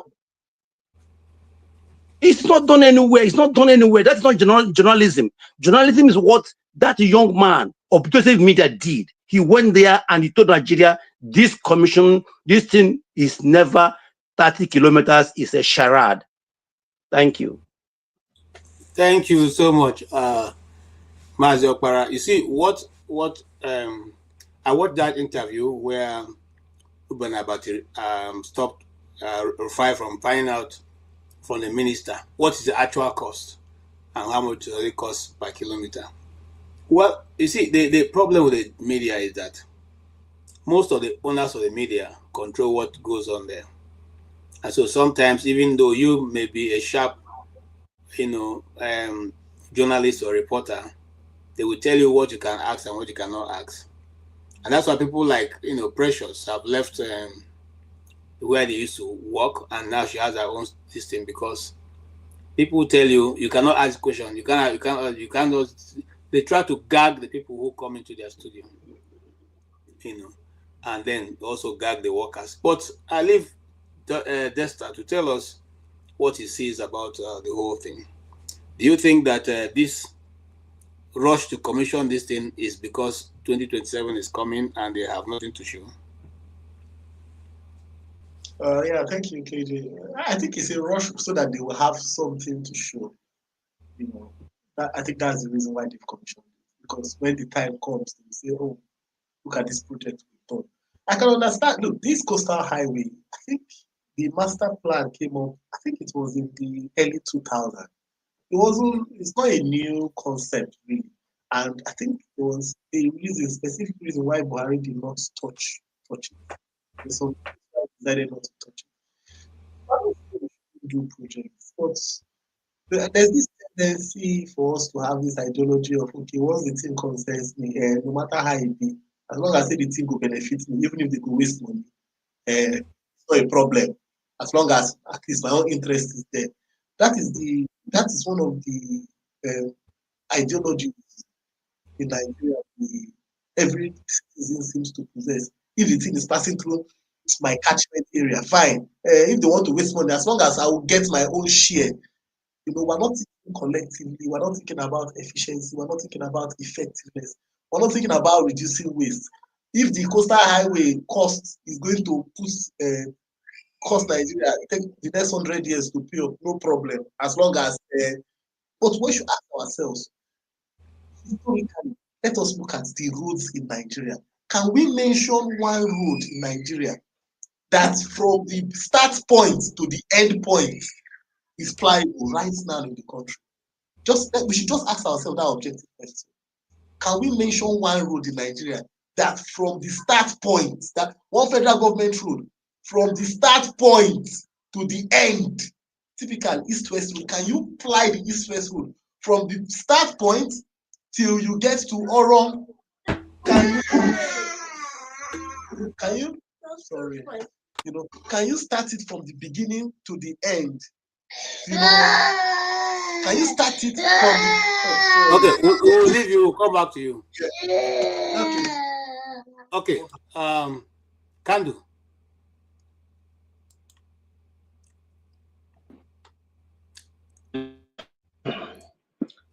Happy weekend to you all. Good to meet you, sir. Welcome. Yes, sir. I think our problems are just, I don't even know what they are. You know, purportedly, Tinubu went to University of Chicago. At least he must have gone there for at least 3.5 years or something. I don't know how many times he saw the governor go and commission a gather or a freeway. You know, these people, a bunch of them have lived outside of Nigeria for years, in the Middle East, in the Americas, in Europe. I mean, I don't really whether the highway is beneficial. Obviously, in the long run, it will be beneficial. There will be commerce. Commerce will hopefully um, um, get things being moved from one part of the country to another and vice versa. But to even spend the time, the energy, the cost of closing down roads, areas because the president is coming to commission an unfinished road. I mean, this thing is, you've only done what? Even if they have actually done the 30 kilometers, is this the time to be celebrating? I mean, I just don't understand. You know, it's like when you hear, oh, our governor did this for us. It's like, this is not even an issue of being outside of Nigeria. Even when I lived in Nigeria, I've never been able to wrap my mind around things like that. This person is an employee. He works for me or she works for me. You know, it's a mindset. It's a mindset amongst the people. You know, it's the way of thinking, and and I guess it's an individual thing about how you are and how you grew up. I cannot imagine My father never lived outside of Nigeria, but his thought processes were just meaningful, sensible. I was talking to someone in Nigeria this week, and their account, they needed to get another ATM card. The bank with, I think it's Fidelity or whatever the name of the bank is. And for 12 days, this person cannot access their money because their ATM machine that they use to activate the account is not working. And this person is a trader. They buy stuff to sell to make money. So for 12 days, they cannot even go they went into the bank and they said they can only give them 50,000 naira. This is somebody that buys 1 point something million worth of goods every 10 days or so to sell. So they've been deprived of an income because your system is not working. You can't go and call your guy and go and get Elon Musk whatever network just to make sure that your customers are taken care of. I remember when I used to work in customer service here. I mean, if my customers are not satisfied, they will hear from me from head office. They know me by name. And again, it's not about being in America, it's a mindset. And why our people are like this? I even had to tell the person, have that branch, have somebody in that branch call another branch, find a branch that the machine is working, and have them give you the name of somebody to go and meet there. They said, oh, they will just tell me to go to another branch. Go to another branch to go and do what? Are you going to pay for Uber for me to drive over there? I mean, people, I just, I think we will get there, but I'm convinced it's probably going to take 50 years for us to get there or more, because the mindset has to change. The fact that you're holding people up, you're holding up development, you're holding up education, business, finance, and you can just waste people. These are wasted years of the Nigerian people's lives. And it's just unfortunately there are no solutions other than time. It's just, I mean, I will be way gone by the time this is resolved. Thank you. Thank you so much, Kandu, and you're welcome. We'll not see you for a while, but looking at you, everything's okay with you. So thank God you're here. Yes,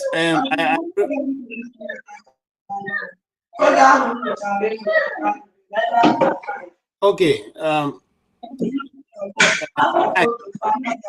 Is your mic on? Yes, complete your input, righteous man. Then before we come to I. Okay, as regard to the coastal road, I think I will answer it this way. I think the opposite of civilized is uncivilized. So the Western world, they are civilized. Nigeria is an uncivilized entity. Okay, righteous so you man, do not expect. Hold on, righteous man. Somebody's making noise in your house. Okay, there's a background noise in your house, righteous man.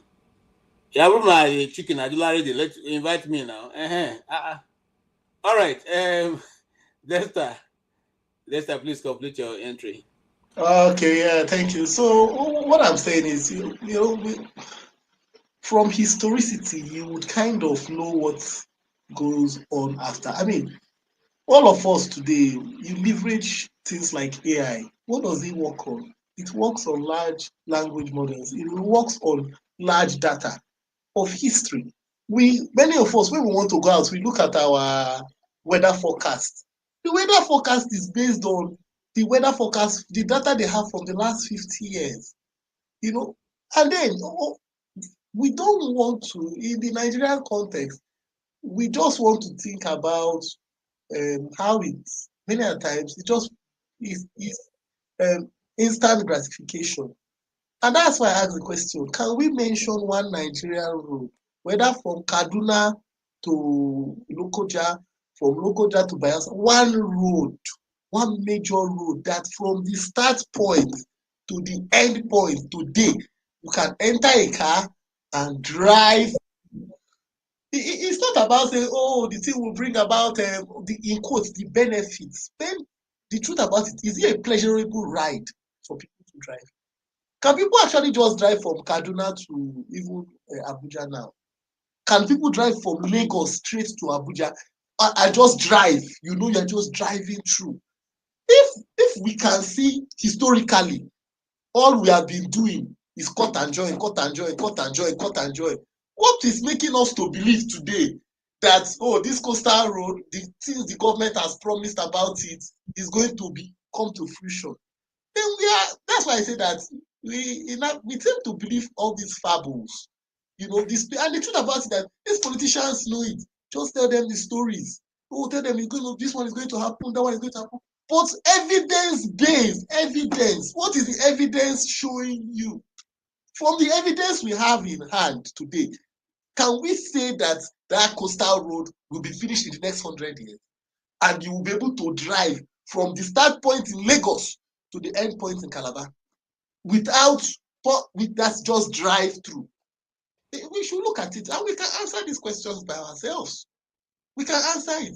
And until the truth about, we are not ready as a people for progress if we are not ready to make our decisions evidence-based. That is why somebody who has looted the treasury will come for election and we will still choose the person, even when the evidence suggests that this is what the person's history is. And it goes back to the point that Baba Ahmed made after the elections. Democracy. In fact, development is not for people who cannot make evidence-based decisions. Who their decisions is driven by emotions, whether it's ethnic emotions, religious emotions, or whatever. Primordial emotions that will drive it. Today, if it's benefiting us, the thing will pass through my village. Okay, so, but what does the evidence say? Tomorrow it might pass through your village, but that might be the worst part of the road, that accidents will be happening everywhere and people's lives will be going there. And this, I don't begrudge anybody. Like I said, the coastal road is not a novel idea. It's not a Tinubu's administration novel idea. But it is a shame that we have numerous roads in Nigeria today that are not functioning, yet we are happy about the coastal road, when the ones we have are not functioning. Thank you. Thank you. Thank you so much. And that's the truth. Most of the road we have in Nigeria is not functioning, but yet we are constructing. It would have been more profitable if we have just done the Lagos to Kaduna, Port Harcourt to Maiduguri road, because even a second Niger bridge, which they claim to have commissioned, is not still functional, But we like to tell story. That's what we have concluded. Yeah, Mr. Ike, welcome. Yeah, good afternoon. Mm-hmm. Good morning, good afternoon, good evening, everybody. Good afternoon, sir. Go ahead. You can hear me? Yes. Okay, tell me what is on the plate today. I don't know what you have on the plate. The plate full. It's just that I don't know whether we'll have the time to tell you all that before we move on. No, but what are we talking now? What's the first? About the coastal road that have been commissioned. Okay. Out of the 750, they commissioned 30. Out of the 30, it's only actually 16 that is done. Okay. Well, it is what it is. Is Nigeria your country, right? where everything is possible, right? I thank God for social media. Days are gone when NTA and TV, NTA and Channel 5 will tell us only what we can see. We have so many ways now that we can see what is going on around us anywhere in the world. From the beginning, we know they have been lying. For me personally, from the beginning, I know they have been lying. This government is confused. This government is afraid. This government is in a campaign mode. They are already, in the mode of 2027. So they're trying to see what is going to stick. But Nigerians are wiser. They told us it's 30 kilometers, but from every available information, we know that it's not true. And your friend Rono Mogri and Professor Woloshe Yinka, they said they drove from 1 point to 30 kilometers. And, social media came out to tell us what is the fact. So you can see that even the people that has credibility has lost they have lost their credibility in Nigeria. This government, I don't call it government because they don't represent me. It's an illegitimate group of, criminals that have decided to take over Nigeria. I think that if I were one of the people that are advising this government, what they would have done was to go to a walking visit, not commissioning visit, because you have not done anything. You have not done anything to commission. It's supposed to be a walking visit where governors or president go to see a project that is going on to see how it's going. It's supposed to be a walking visit. But because of the mood that they are, and because of the apprehension of 2027, and because of the fear of unknown, the fear of Mr. P2B is the beginning of wisdom. So it is the problem. So it is what it is. Your brother told Mr. Bola Tinubu, don't listen to us, just give us money. He said, don't listen to what people are saying, just give us money.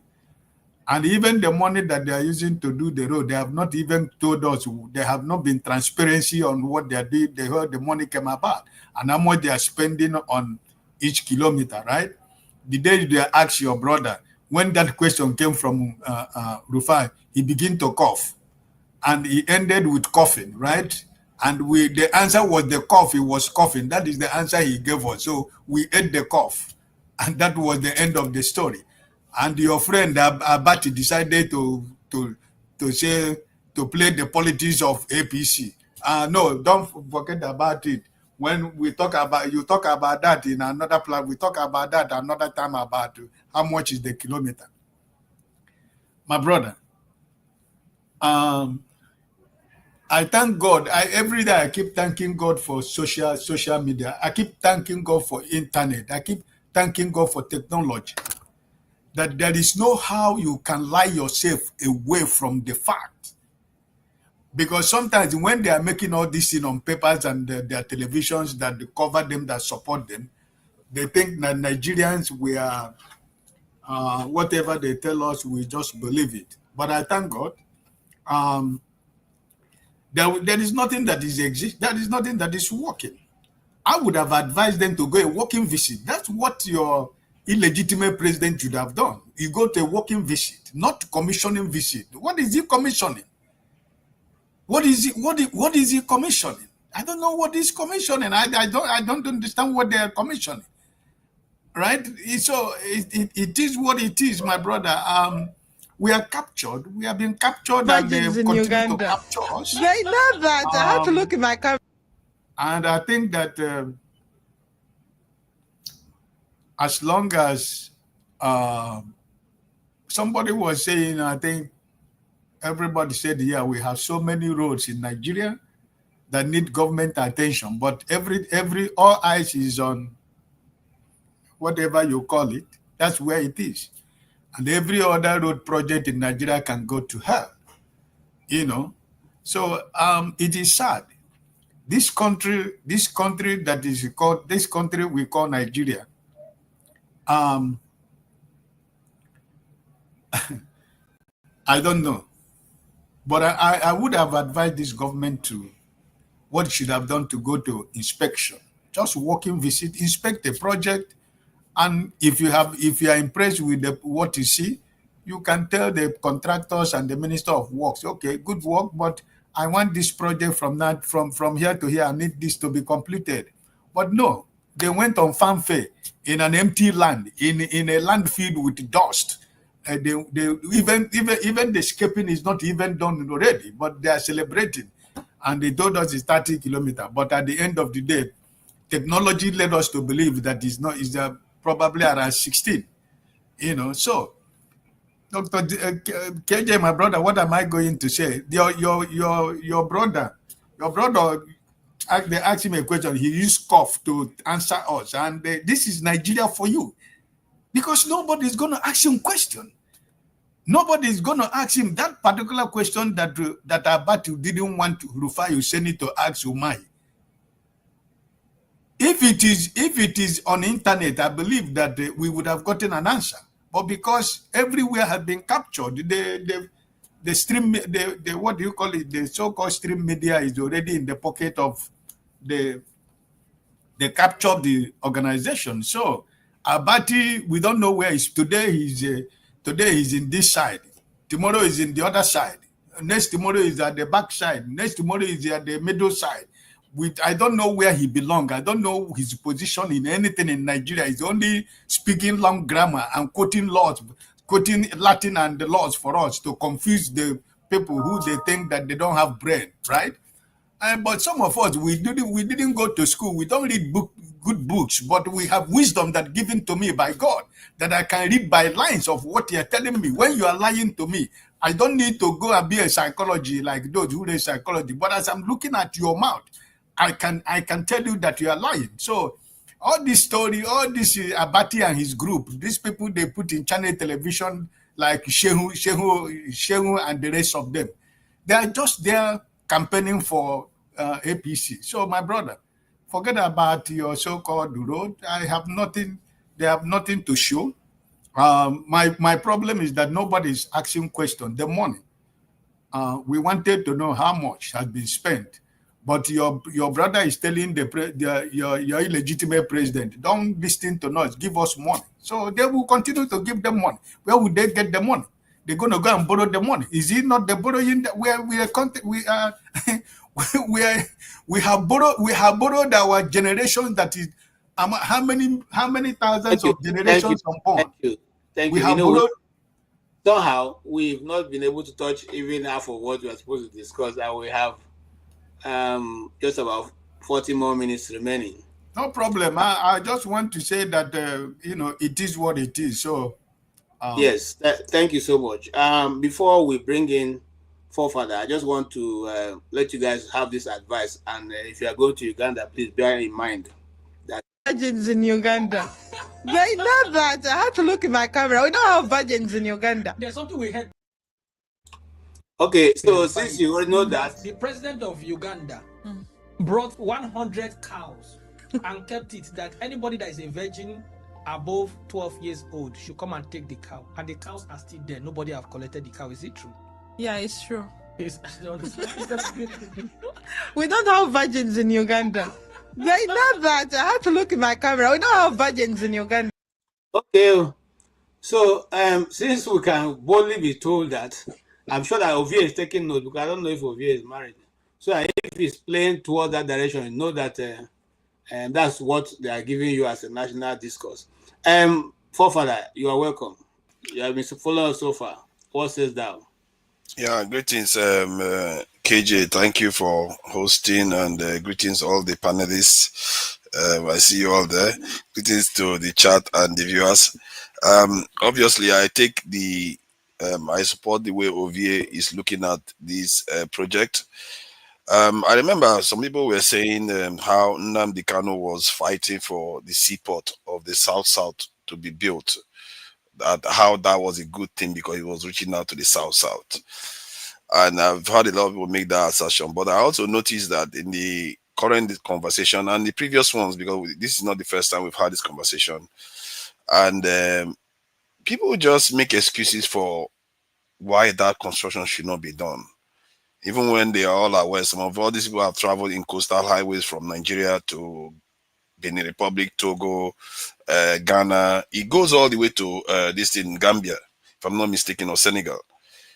It's only in Nigeria that hasn't been built. And I think there is politics going on in Nigeria. That's why it hasn't happened. And we have to ask ourselves why we do what we do. Because you know how they say man plans and the gods laugh? I think when we talk, the politicians laugh at us because they are more aware. Some of us, we don't even see some of our behavior, some of the things we do. If you are not from that region, you are more likely to say it's not relevant. If you are from that region, you are more likely to say it's relevant. How weird is that? How weird is that? Can't we just try as people that are exposed to say, if this project is going to be good for the country, so be it, let it be done. And the idea that it's going to take, even Ovie is saying it's going to take all this lifetime. Goodness, this stuff was done barely for. I said I don't know. I said I don't know. It means I don't care when they finish. Whatever they finish, that is just good for me. You know, I'm not saying it might take forever. It might in Nigeria today. So in this thing, because in all the other countries it's been done. I know I traveled on a 2-lane this thing in Togo and many other West African countries, but they've converted it to 4 lanes now in all these countries, so that and within 4 years they did all that in all their countries and all the way. It's only Nigeria where people play politics, and if you look at the way this president has done it, even he's done it mostly in the southwest. Mostly, so in case it's removed in 2027 now, and the next person decides to stall it, it's already done for his own this area. And I don't know why we behave like this, and it's killing the country. You know, when I was arguing that the south and the southeast, and in short, all the part of the River Niger should be the most developed, because that's the part that will profit the country more if you are developing those parts. If you develop the waterways from the south straight to the middle of the country, almost to Abuja, I think that's where it stops. You can have goods travel through waterways. It's cheaper. You don't have to maintain the water. Water takes care of itself. You don't have to fix roads all the time. The goods will just be going in and flowing out. Very efficient. This is what other nations do. But because of politics in Nigeria, and everything has to be placed in Lagos, and we too in that region are very, very myopic. Because my southeastern brothers, I must say, many of you that are here, you keep making an excuse for not building it. You keep making an excuse for not building something in that region because you feel like it doesn't affect you. How is it? Do you know the benefit that will come from having a road? If you check other countries in West Africa, you will see it. The benefit is all there. Is there anybody from southeast who have said that road is not useful in this discussion? No, they are all saying it's not a good idea. It's a waste of money. You should use it for some other area. Yes. They are all saying the same thing. While the other people that are not from there will just say they want it to be done. Pardon? I don't think anybody have said that. You have said that before. Dexter has said that. Mazi has said that. Who else? I can name them. They are all saying the same thing. You know that. Forefathers. That's why whenever you come here, your distance against southeast is obvious on your face or in your mouth. You are the opposite trouble. Excuse me, your disdain. Excuse me. You brought Nnamdi Kanu here. Nobody spoke about Nnamdi Kanu here. What Nnamdi Kanu was talking about was even the seaport, not even the coastal something. But please, your disdain on Igbo people is on your face, is in your mouth. Thank you. I'm trying to get you to be. Excuse me. I have seen Northerners condemning this thing. I've seen Southwest, even South people talking against this coastal project. You are coming here to tell your brothers from Southeast. He said, I mean, please give me a break. Look at that. You don't want to hear it now. But Forefather, sorry, I think you've taken things out of context. Oh, come on. This guy is Yes, let me.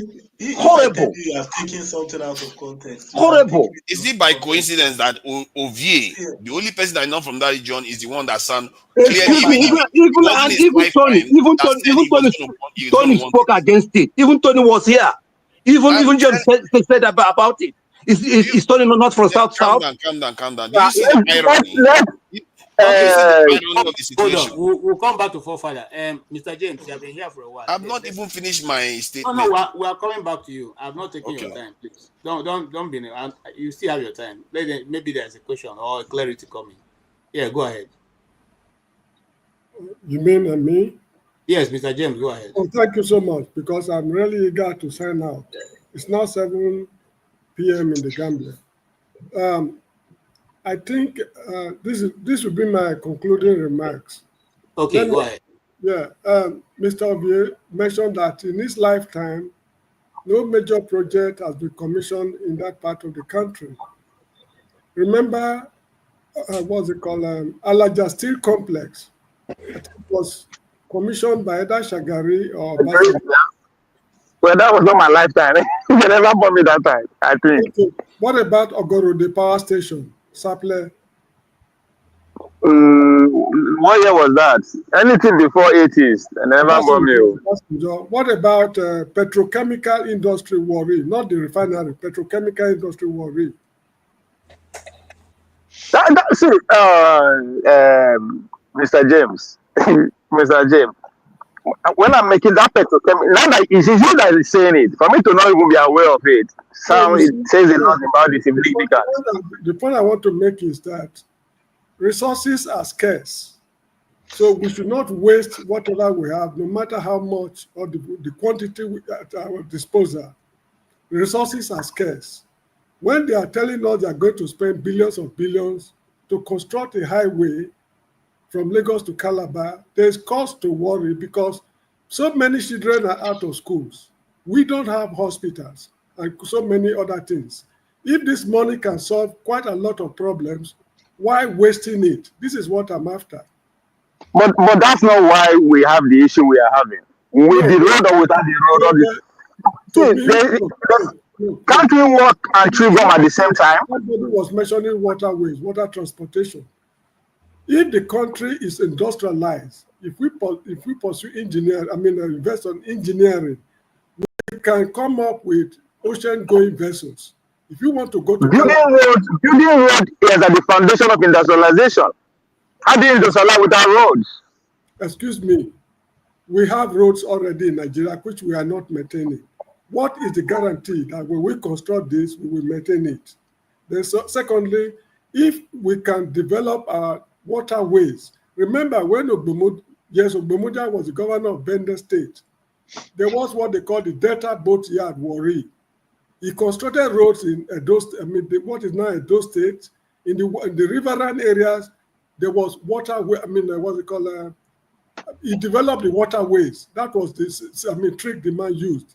Maybe because of lack of resources. The issue is that we are wasting money.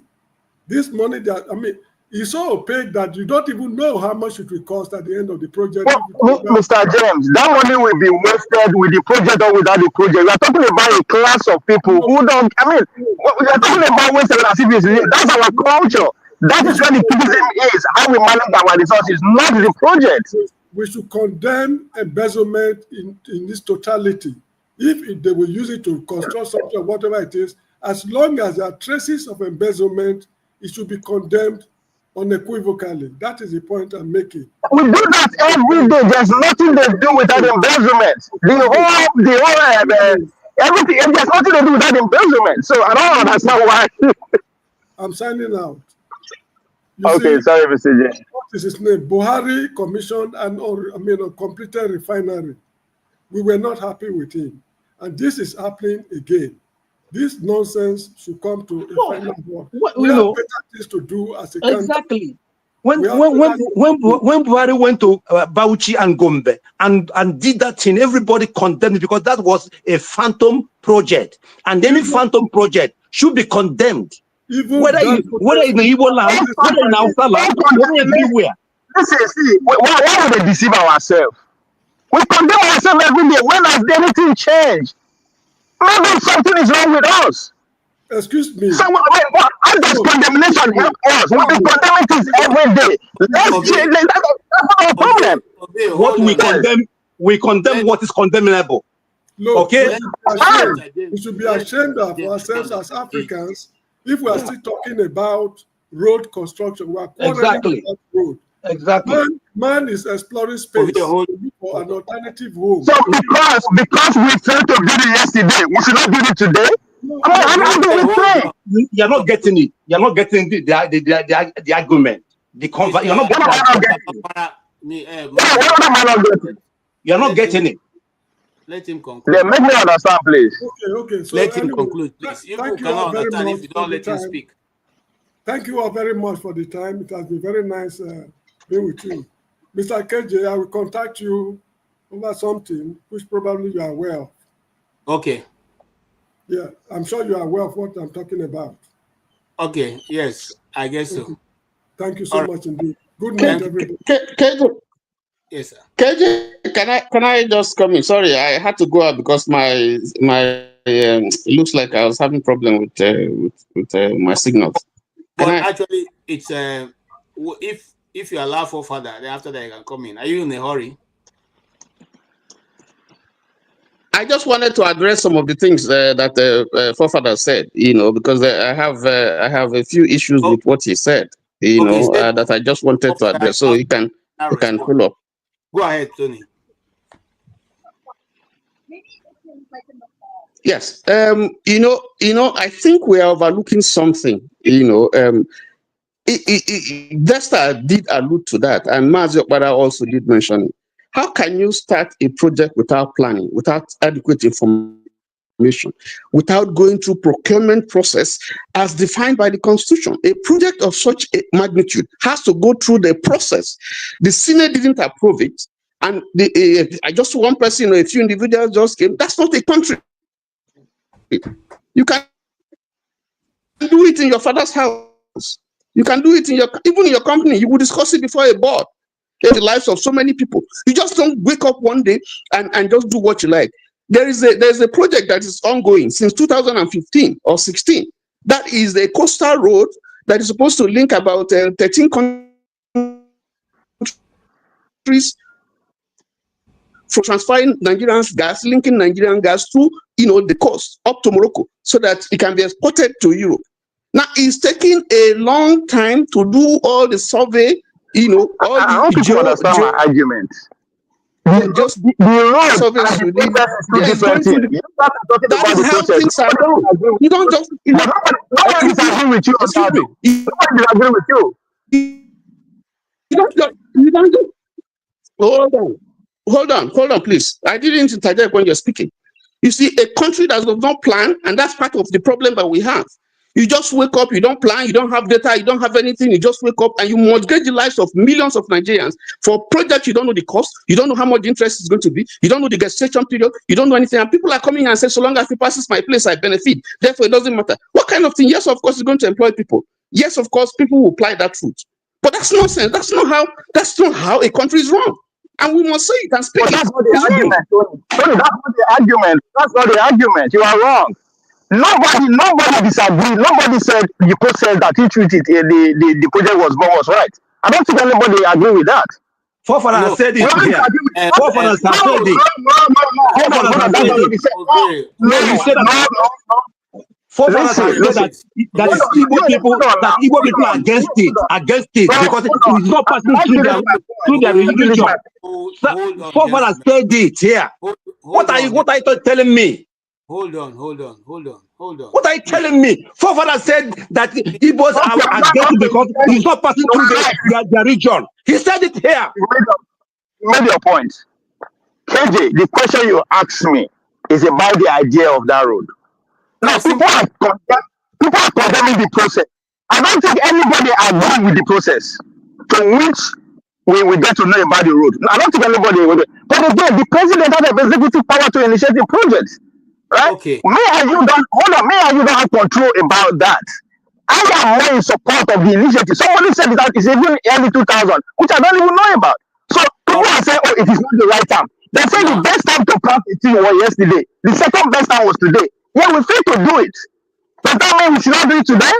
If we don't do if it you today, when are we going to do it? if you allow me So moderate, I don't agree with the money and everything, yes. But the initiative, I no, mean, go ahead, sir. Over. don't feel sad. Over. Over. I tried not to do that, please. Now, the forefather was a guy who had the floor, and I just gave Tony an opportunity to make contributions so our forefather can round up his thought.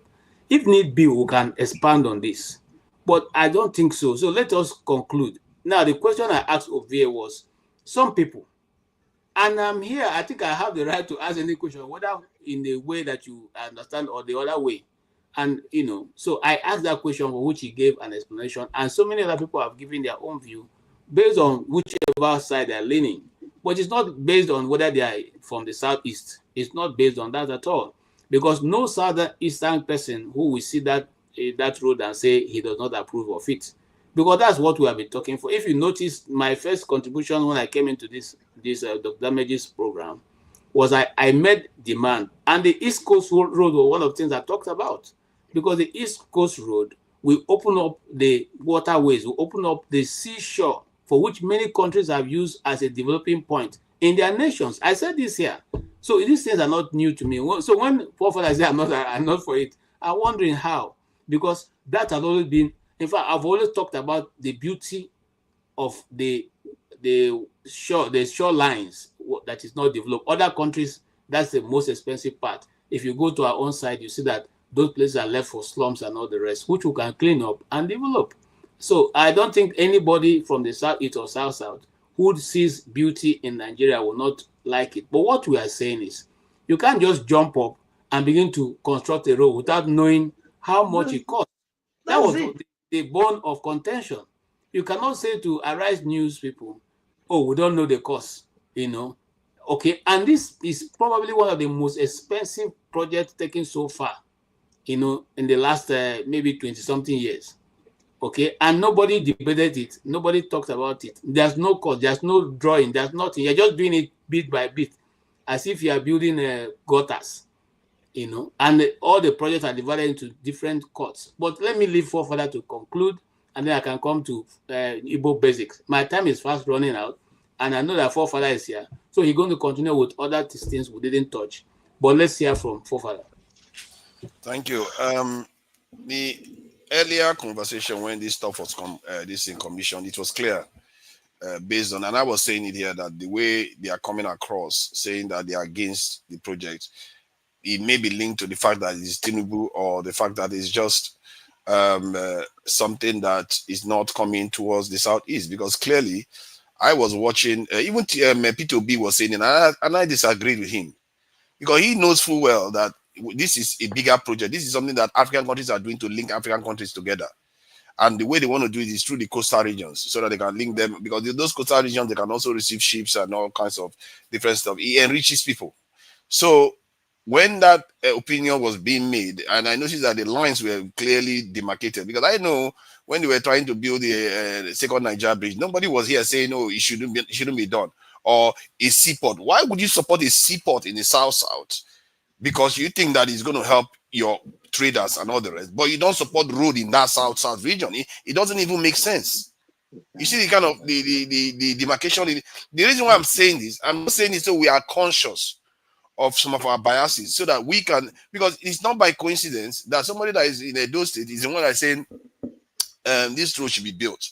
That he knows there will be problems. He even said that it may not even be in his lifetime. It's not by coincidence, and I've said it before, that we have to be conscious of our biases, because when somebody calls you out, and what's his name, Mazi is very happy to jump into, oh, he hates Igbo people, Of course, you have this then. You have this then. For Igbo people. I've followed your program. I've listened to you. You have wisdom for Igbo people. Calm down. You see, if you try, you can't even make me hate Igbo people. You see, your problem is that we are Igbo people. We are hooked in the West. We are together. Hold on. Let me finish my statement, please. Let me finish what I'm saying. We like it or not. You see, we like it or not. Just like we are all tied. You know, some of you not like Fulanis. You are hooked in the same nation with them. You have to make your peace with it and work with each other. This idea that like me now, when I was saying that the railway should be built through the listing, so people were like, oh, no, there's no infrastructure in the southeast, there's no national presence. I was like, but when we are all here talking about it, everybody supports that more should be done and this railway should be built. Why is it that we can see it, I can see it, that it needs to be done in that region? Even my own argument about the Niger River being developed, it also will affect the southeast, and the southeast will benefit from it too. Do you see me thinking from just a south person point of view? No, I'm not. You are getting it wrong. Mr. KJ, can I come in for a quick minute? Okay, please, can you come in quickly, and then Ibu Basic will go ahead to speak. Yeah. Forefathers, I can.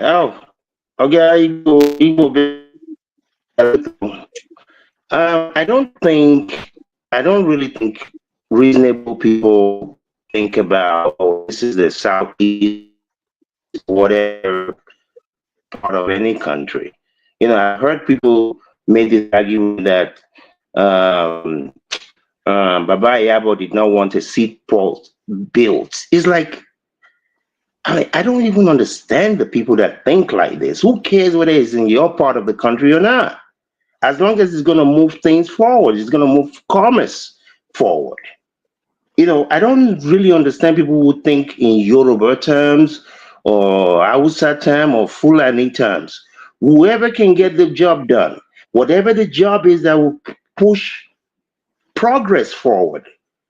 Go and get somebody from Togo to come and rule Nigeria. I don't care where the leader comes from, as long as the job is done. So I don't think people are really about, you know, oh, it's because it's in the south or wherever. It's about, I mean, what people are talking about, and I think a few people have said it, is where the right visibility studies done. You know, did you think about the long implications of all those people who had to lose their homes? I mean, this is done in all over the world. If you go to China today, look at I forgot the name of that humongous dam. Villages, number of villages, hundreds of them.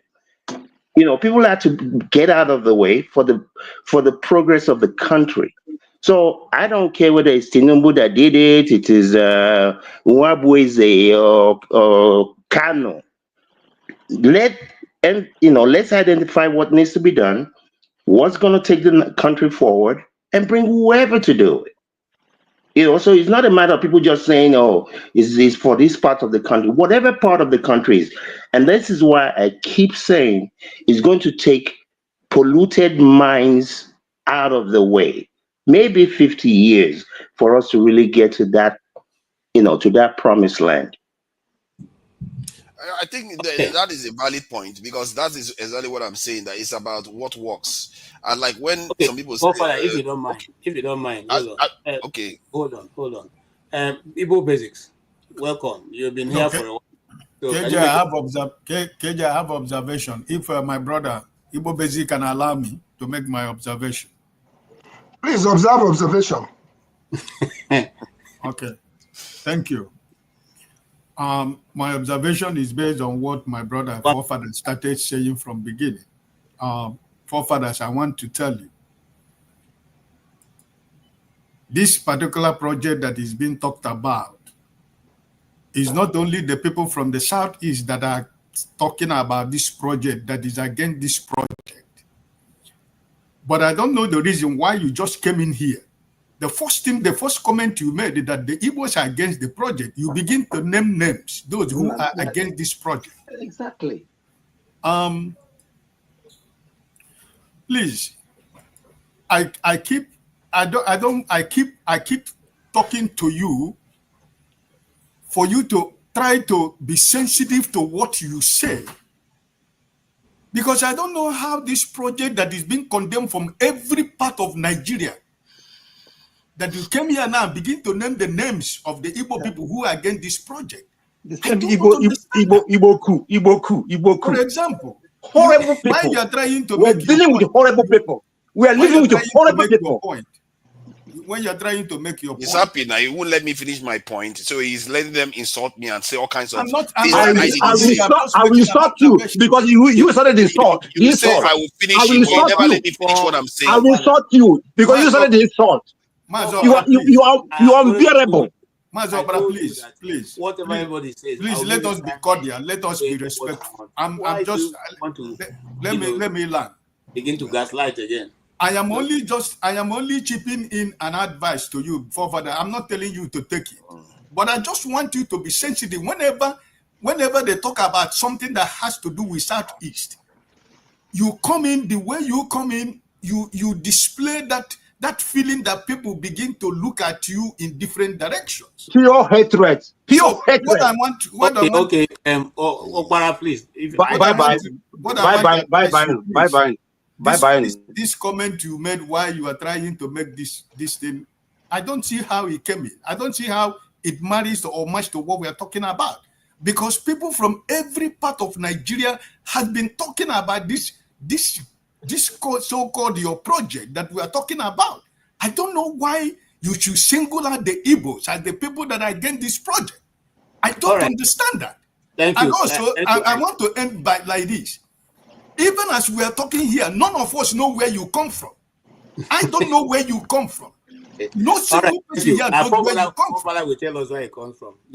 Please try to be sensitive when you say something like this, because people are watching and people are listening. All right, let's move on. Mr. KJ. I hear what he's saying. I hear what he said because he's a little more second. So he said, try to watch what you are saying because he seems to understand where I'm coming from. It's not because I'm trying to malign my brothers in that region. You see, now you want to interrupt again. You see? No. Hold on. I won't take everything that has to do with that your comment together. So Igbo basic, what you want to say doesn't have to do with anything that Fofere is saying. If not, we'll allow him conclude. He can start a new. Please, Fofere, conclusion. Okay. Wow, that's observation. That conclusion. That's a good one. Nice one. So I'm just saying, you see, remember, don't make any mistake of what I'm saying here. I say we should be more self-aware of our biases because this is very, very important if you are trying to build a nation. Anytime you walk into any conversation and you don't recognize your biases, you're going to polarize the conversation immediately. The other side will be on the other side, the other side will be on the other side. And that is not always good. And maybe part of the reason why I'm very, very sensitive to this is because I grew up in that region. I grew up in River State. Like I said, I've said it before. I lived in a property that Igbo person used to own before. So I know the dynamics that is going on in that region. And it's not helping the region. The region is they are more populated, you know. They have more population in the south than the other part of the south. But yet, most of the country is being controlled mostly in the southwest because the southwest is more stable. But instead of us to be, coming together, strategizing and building assets in that region so that we can all progress, but we just are disorganized all the time. We can't even hear each other. It's so strange that a Yoruba man will will resonate more with a South person than the person that is right next door to us that should understand what is going on in the South. When Ovie said there has not been any major construction in that region, many of you, when he was saying it, don't even know whether there was any. If not because James said it there. That alone should be jogging your mind that, okay, why is Ovie saying this? Because he must have felt that this is Nigeria and we have been diminished by it. Remember, Ovie is from a great kingdom, that's the Edo kingdom, that was very, very powerful when there was no real Nigeria as we know it today. Now they are like a backwater that barely have any development in those regions. So when somebody says they want to build that coastal highway, which is not even because somebody had a good intention to do it, it's because of Africa is looking to do something like that, where they will link countries up, then you hear some people, like even Peter Obi of all people should understand the reason why they are doing it. He say, oh, why are you using it for that? Use it for this okay, thing. You have 1 more minute. Okay. Yes, thank you. Why using it for that? Use it for fixing the roads that are there, which is a valid argument. But first of all, you should have to acknowledge that it's a good project and you know why the project needs to be done, because it will benefit a lot of people in that region. And at the same time, you go on and say, okay, if they are trying to build a rail track through the southeast, does anybody here, I've never had one person disagree with that. If, as a matter of fact, I brought it up as an issue here that they should be built, they should get that road done, because I've traveled on that rail before, but now it's barely active anymore.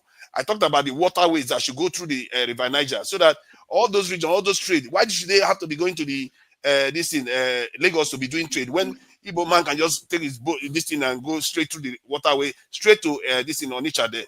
All those things is for all our own benefit. I'm from that region too. Why is it that everything has to be going to Lagos? And I think I also said it just now that this Tinubu government, the way he is behaving, is also acting the same way. Okay, that is why Northerners so are turning against him too. See, my point is that I've seen tribalism in many African countries, and the way we behave sometimes, and you see the structure of the country is so polarized because of tribalism. And we really need to start being conscious of all this so that anything that is good for the country, we should just all back it, period. No, don't worry about whose region all it the is. time that you need to talk. Thank you. Now, I want to say something to you, for you keep trying to do this. My elder brother is married to an Ishan woman. Ishan. I have cousins, nephews whose mother and who are even right now as I speak to you, they are in Ekpoma. As I speak to you right now. My elder brother, my elder brother. So I'm not saying my relative. I have a relative who is married to a Yoruba person. Yoruba, yes. And they live in Lagos. Okay? Sometimes people come here and make all kinds of assertions. You know, in this place they've said Igbos don't marry Wawa. Iwawa inferior. My cousin is married, he's still a lecturer in University of Nigeria.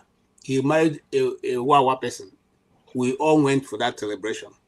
Nobody has ever one day pointed to the woman and say, this one no be Wawa. So, these are the things they carry about Igbos that are not true. But we don't want to spend time going to debate it. Now, if the West East Road gets operational, won't Igbos follow it? Will it be only for Edo people following there?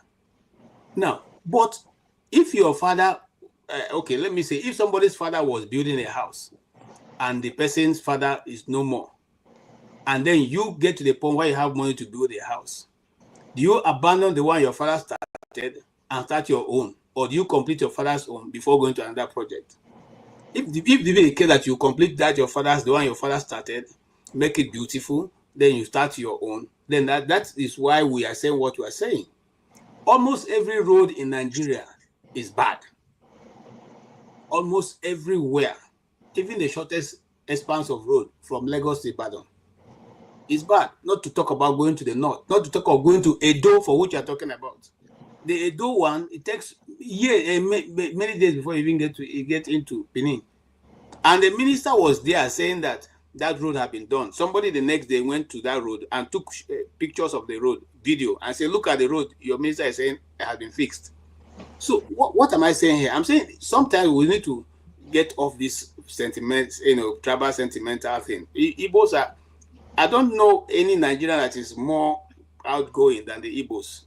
I don't know how many houses live in my community. Since I have been coming from my community, it's only once I saw a thief man and his wife. And why do I know they are thief? Because I was walking through the road and I heard them speaking thief. So I stopped and I spoke to them. I was very happy with them. I asked if they had any problems. They said no. This you said is not the point I'm making. I'm just saying we should be more sensitive to developments in other areas. When you come and say the people of the South or somebody who don't like it, well, there's nothing like that. It was me who threw an innocent question to Ovie because I wanted to draw Ovie out to tell me what he feels. It's just a normal discussion. I was asking him, what he feels, and he made expression of what he feels. It's not necessarily because I'm wanting to. Why would you even want to condemn the road anyway? This is not complicated. During that time, you know it full well. When that thing came out, a lot of people were saying it was bad, but all the people that were agreeing with it, apart from the north and north, I don't care about it. I'm just talking about the people in the south that were agreeing with it, are people from that region. Why is it that people from that region are generally agreeing with it? Because it seems like everybody's being selfish and thinking only of themselves. And my point is that we should stop doing that. We should look at things on its merits.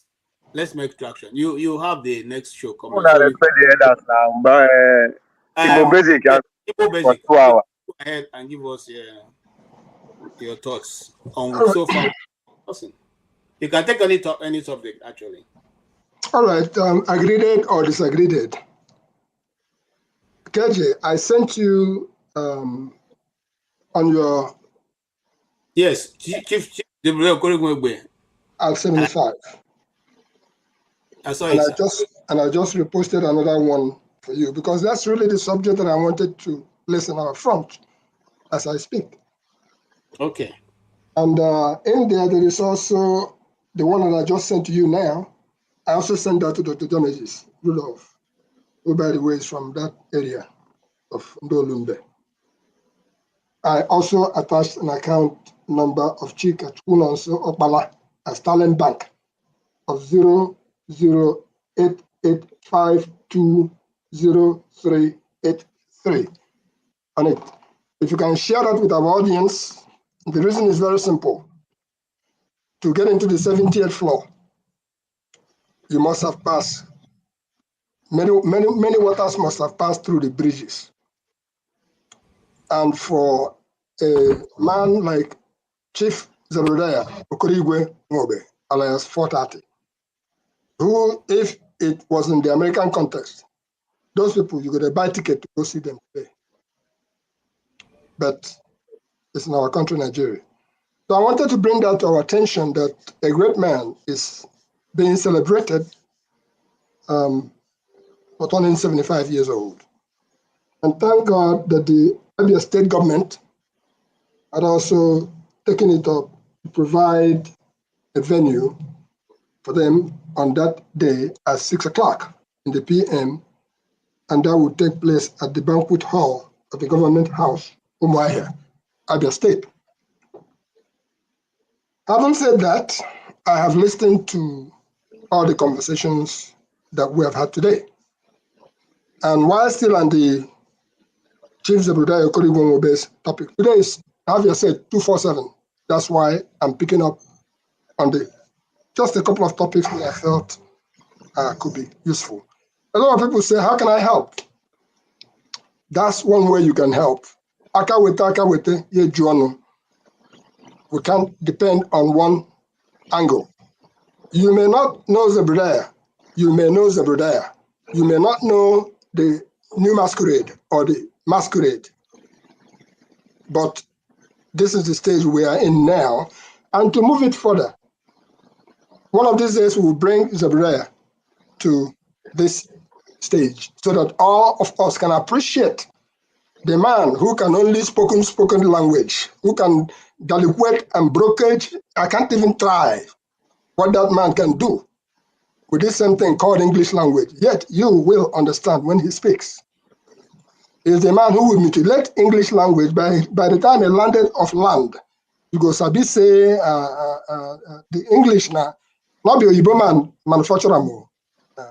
We too know how to deliquate the whole process. I can't even try to imitate what I'm talking about. But these are people who, in the face of all adversity,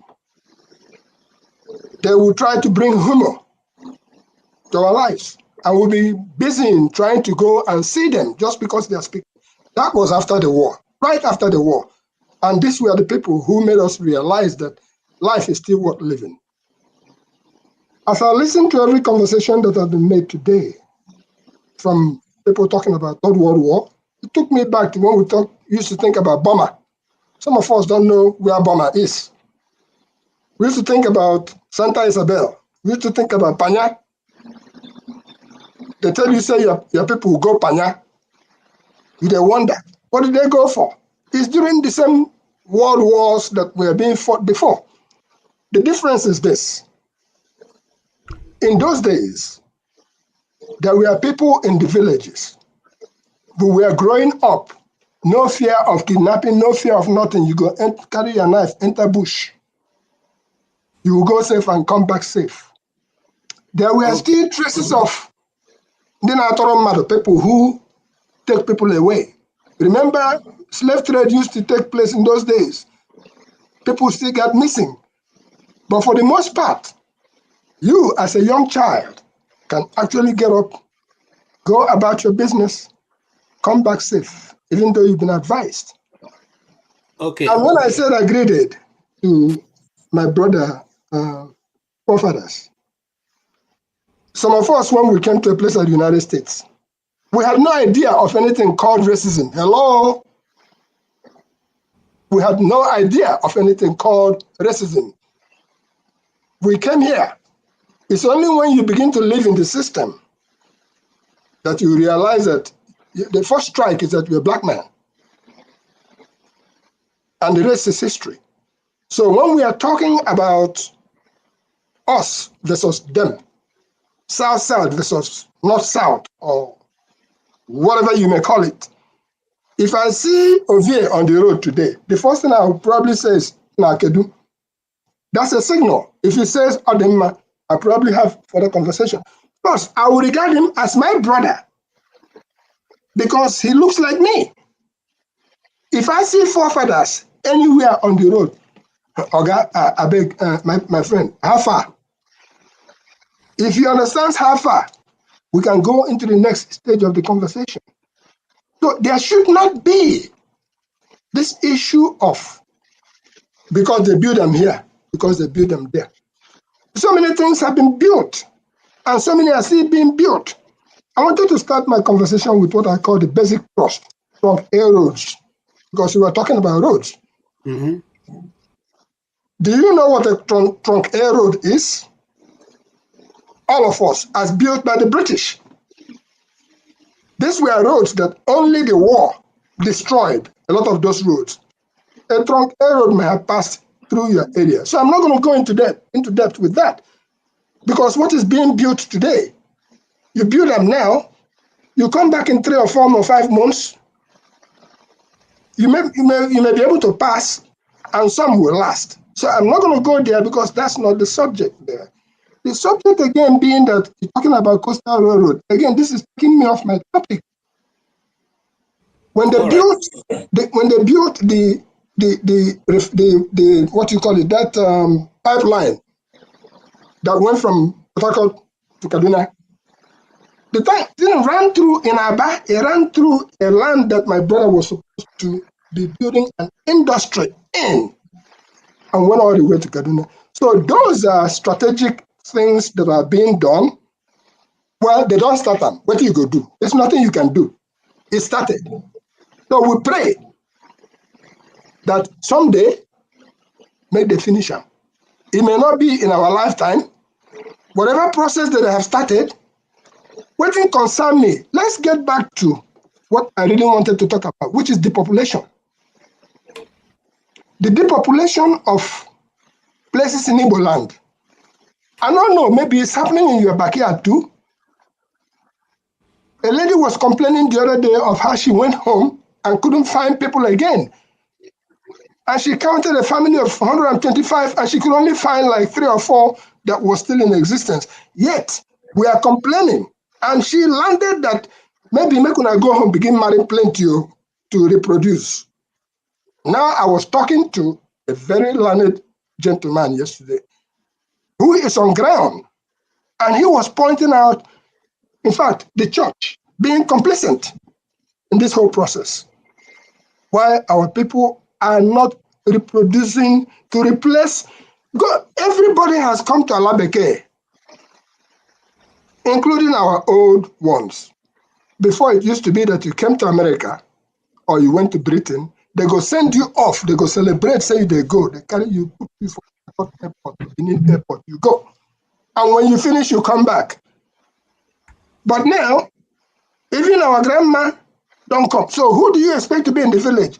What am I saying is that if we are not careful, we are staying here saying the Fulani is overrunning your village. Go back to the 80s and remember when people came from Niger Republic in Aba. For instance, you see one woman by the roadside with an umbrella on their head, and you see what's going on there.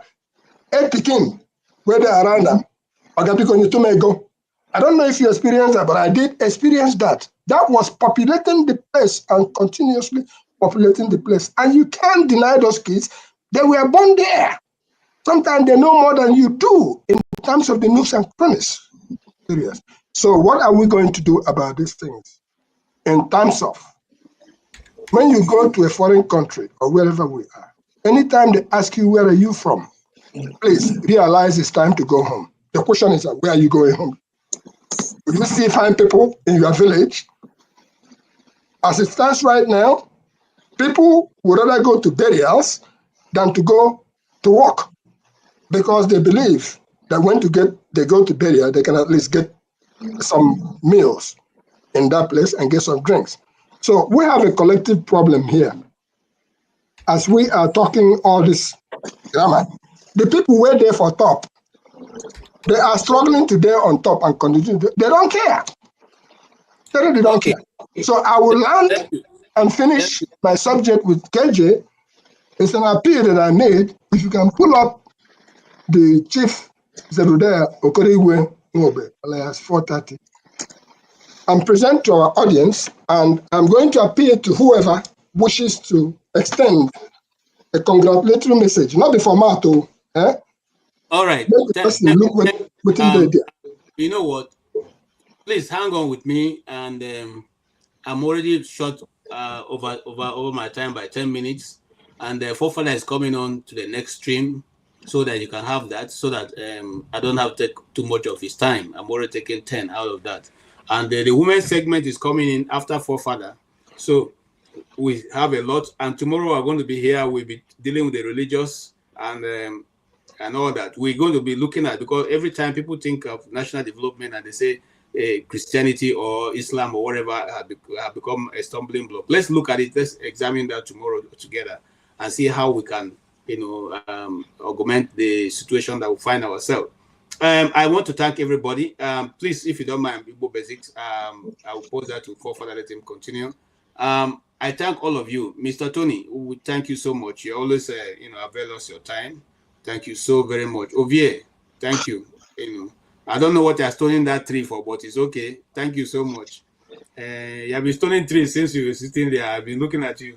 All right. Okay. Oh, yeah, enjoy your good night. KJ, you can also pass that ball to Mazi forefathers. Yeah, that's so what let's share this and not deprive our audience that opportunity to be able to reach out and say hello. Okay. Thank you so much. Desta, thank you so much. I appreciate your contributions. Always very valuable and a point of discourse. You see, guys come into this place with open mind. I don't come here. You see, look, my best friends are from the north, till tomorrow. So I don't have any bias, towards anybody. My other brother is married to an Asian person. Me, I'm married to a Delta person who is more or less Yoruba. My wife Shekiri. I've said that before here. So I don't know when I should come into this now. Am I supposed to be hating my in-laws? We're talking about national development here. What will help everybody move forward? It's not whether it is Igbo, Hausa, or Yoruba. It doesn't matter. What we want is development for our children and our nation to be great, just like America is great, just like Britain is great, just so that we all can, even if somebody say go home, you say, what am I even doing here? You pack your load and, how many South Africans are living outside of South Africa? Go and find out. That's because they have everything they need. They don't need to go to your country. How many of them play professional football outside of South Africa? Go and check.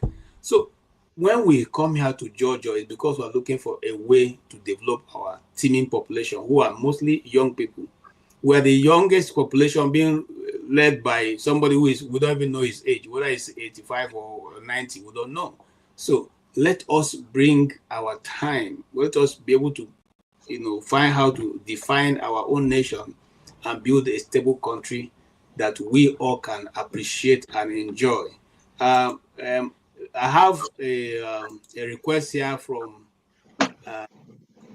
my uncle, my brother, and let me see. Yeah, I'm trying to download it to post it. If it doesn't come in now, it will come in forefathers' time.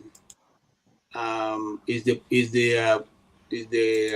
birthday greeting of Chief Chika Okorigwonwobo, alias 430. It's a very beautiful poster. Man of prestige, please don't go. Forefather is behind so that you all can continue the discussion. Please. I didn't overlook you, just that I've run out of all my time. And it's only fair for me to give space for forefather to continue. Yeah, thank you, KJ. Yes, thank you, sir. Sorry, Mr. Can I send this thing to forefather so that you put it on? It's taking more time than I thought. Okay. I just took a screenshot of it. Maybe sometime, say Nigeria people's thing, they differ. I took a screenshot of it. Maybe that screenshot will be what would be more helpful or faster for you. Because, this is photos. Because if I have forefathers information, I would have sent it to him also.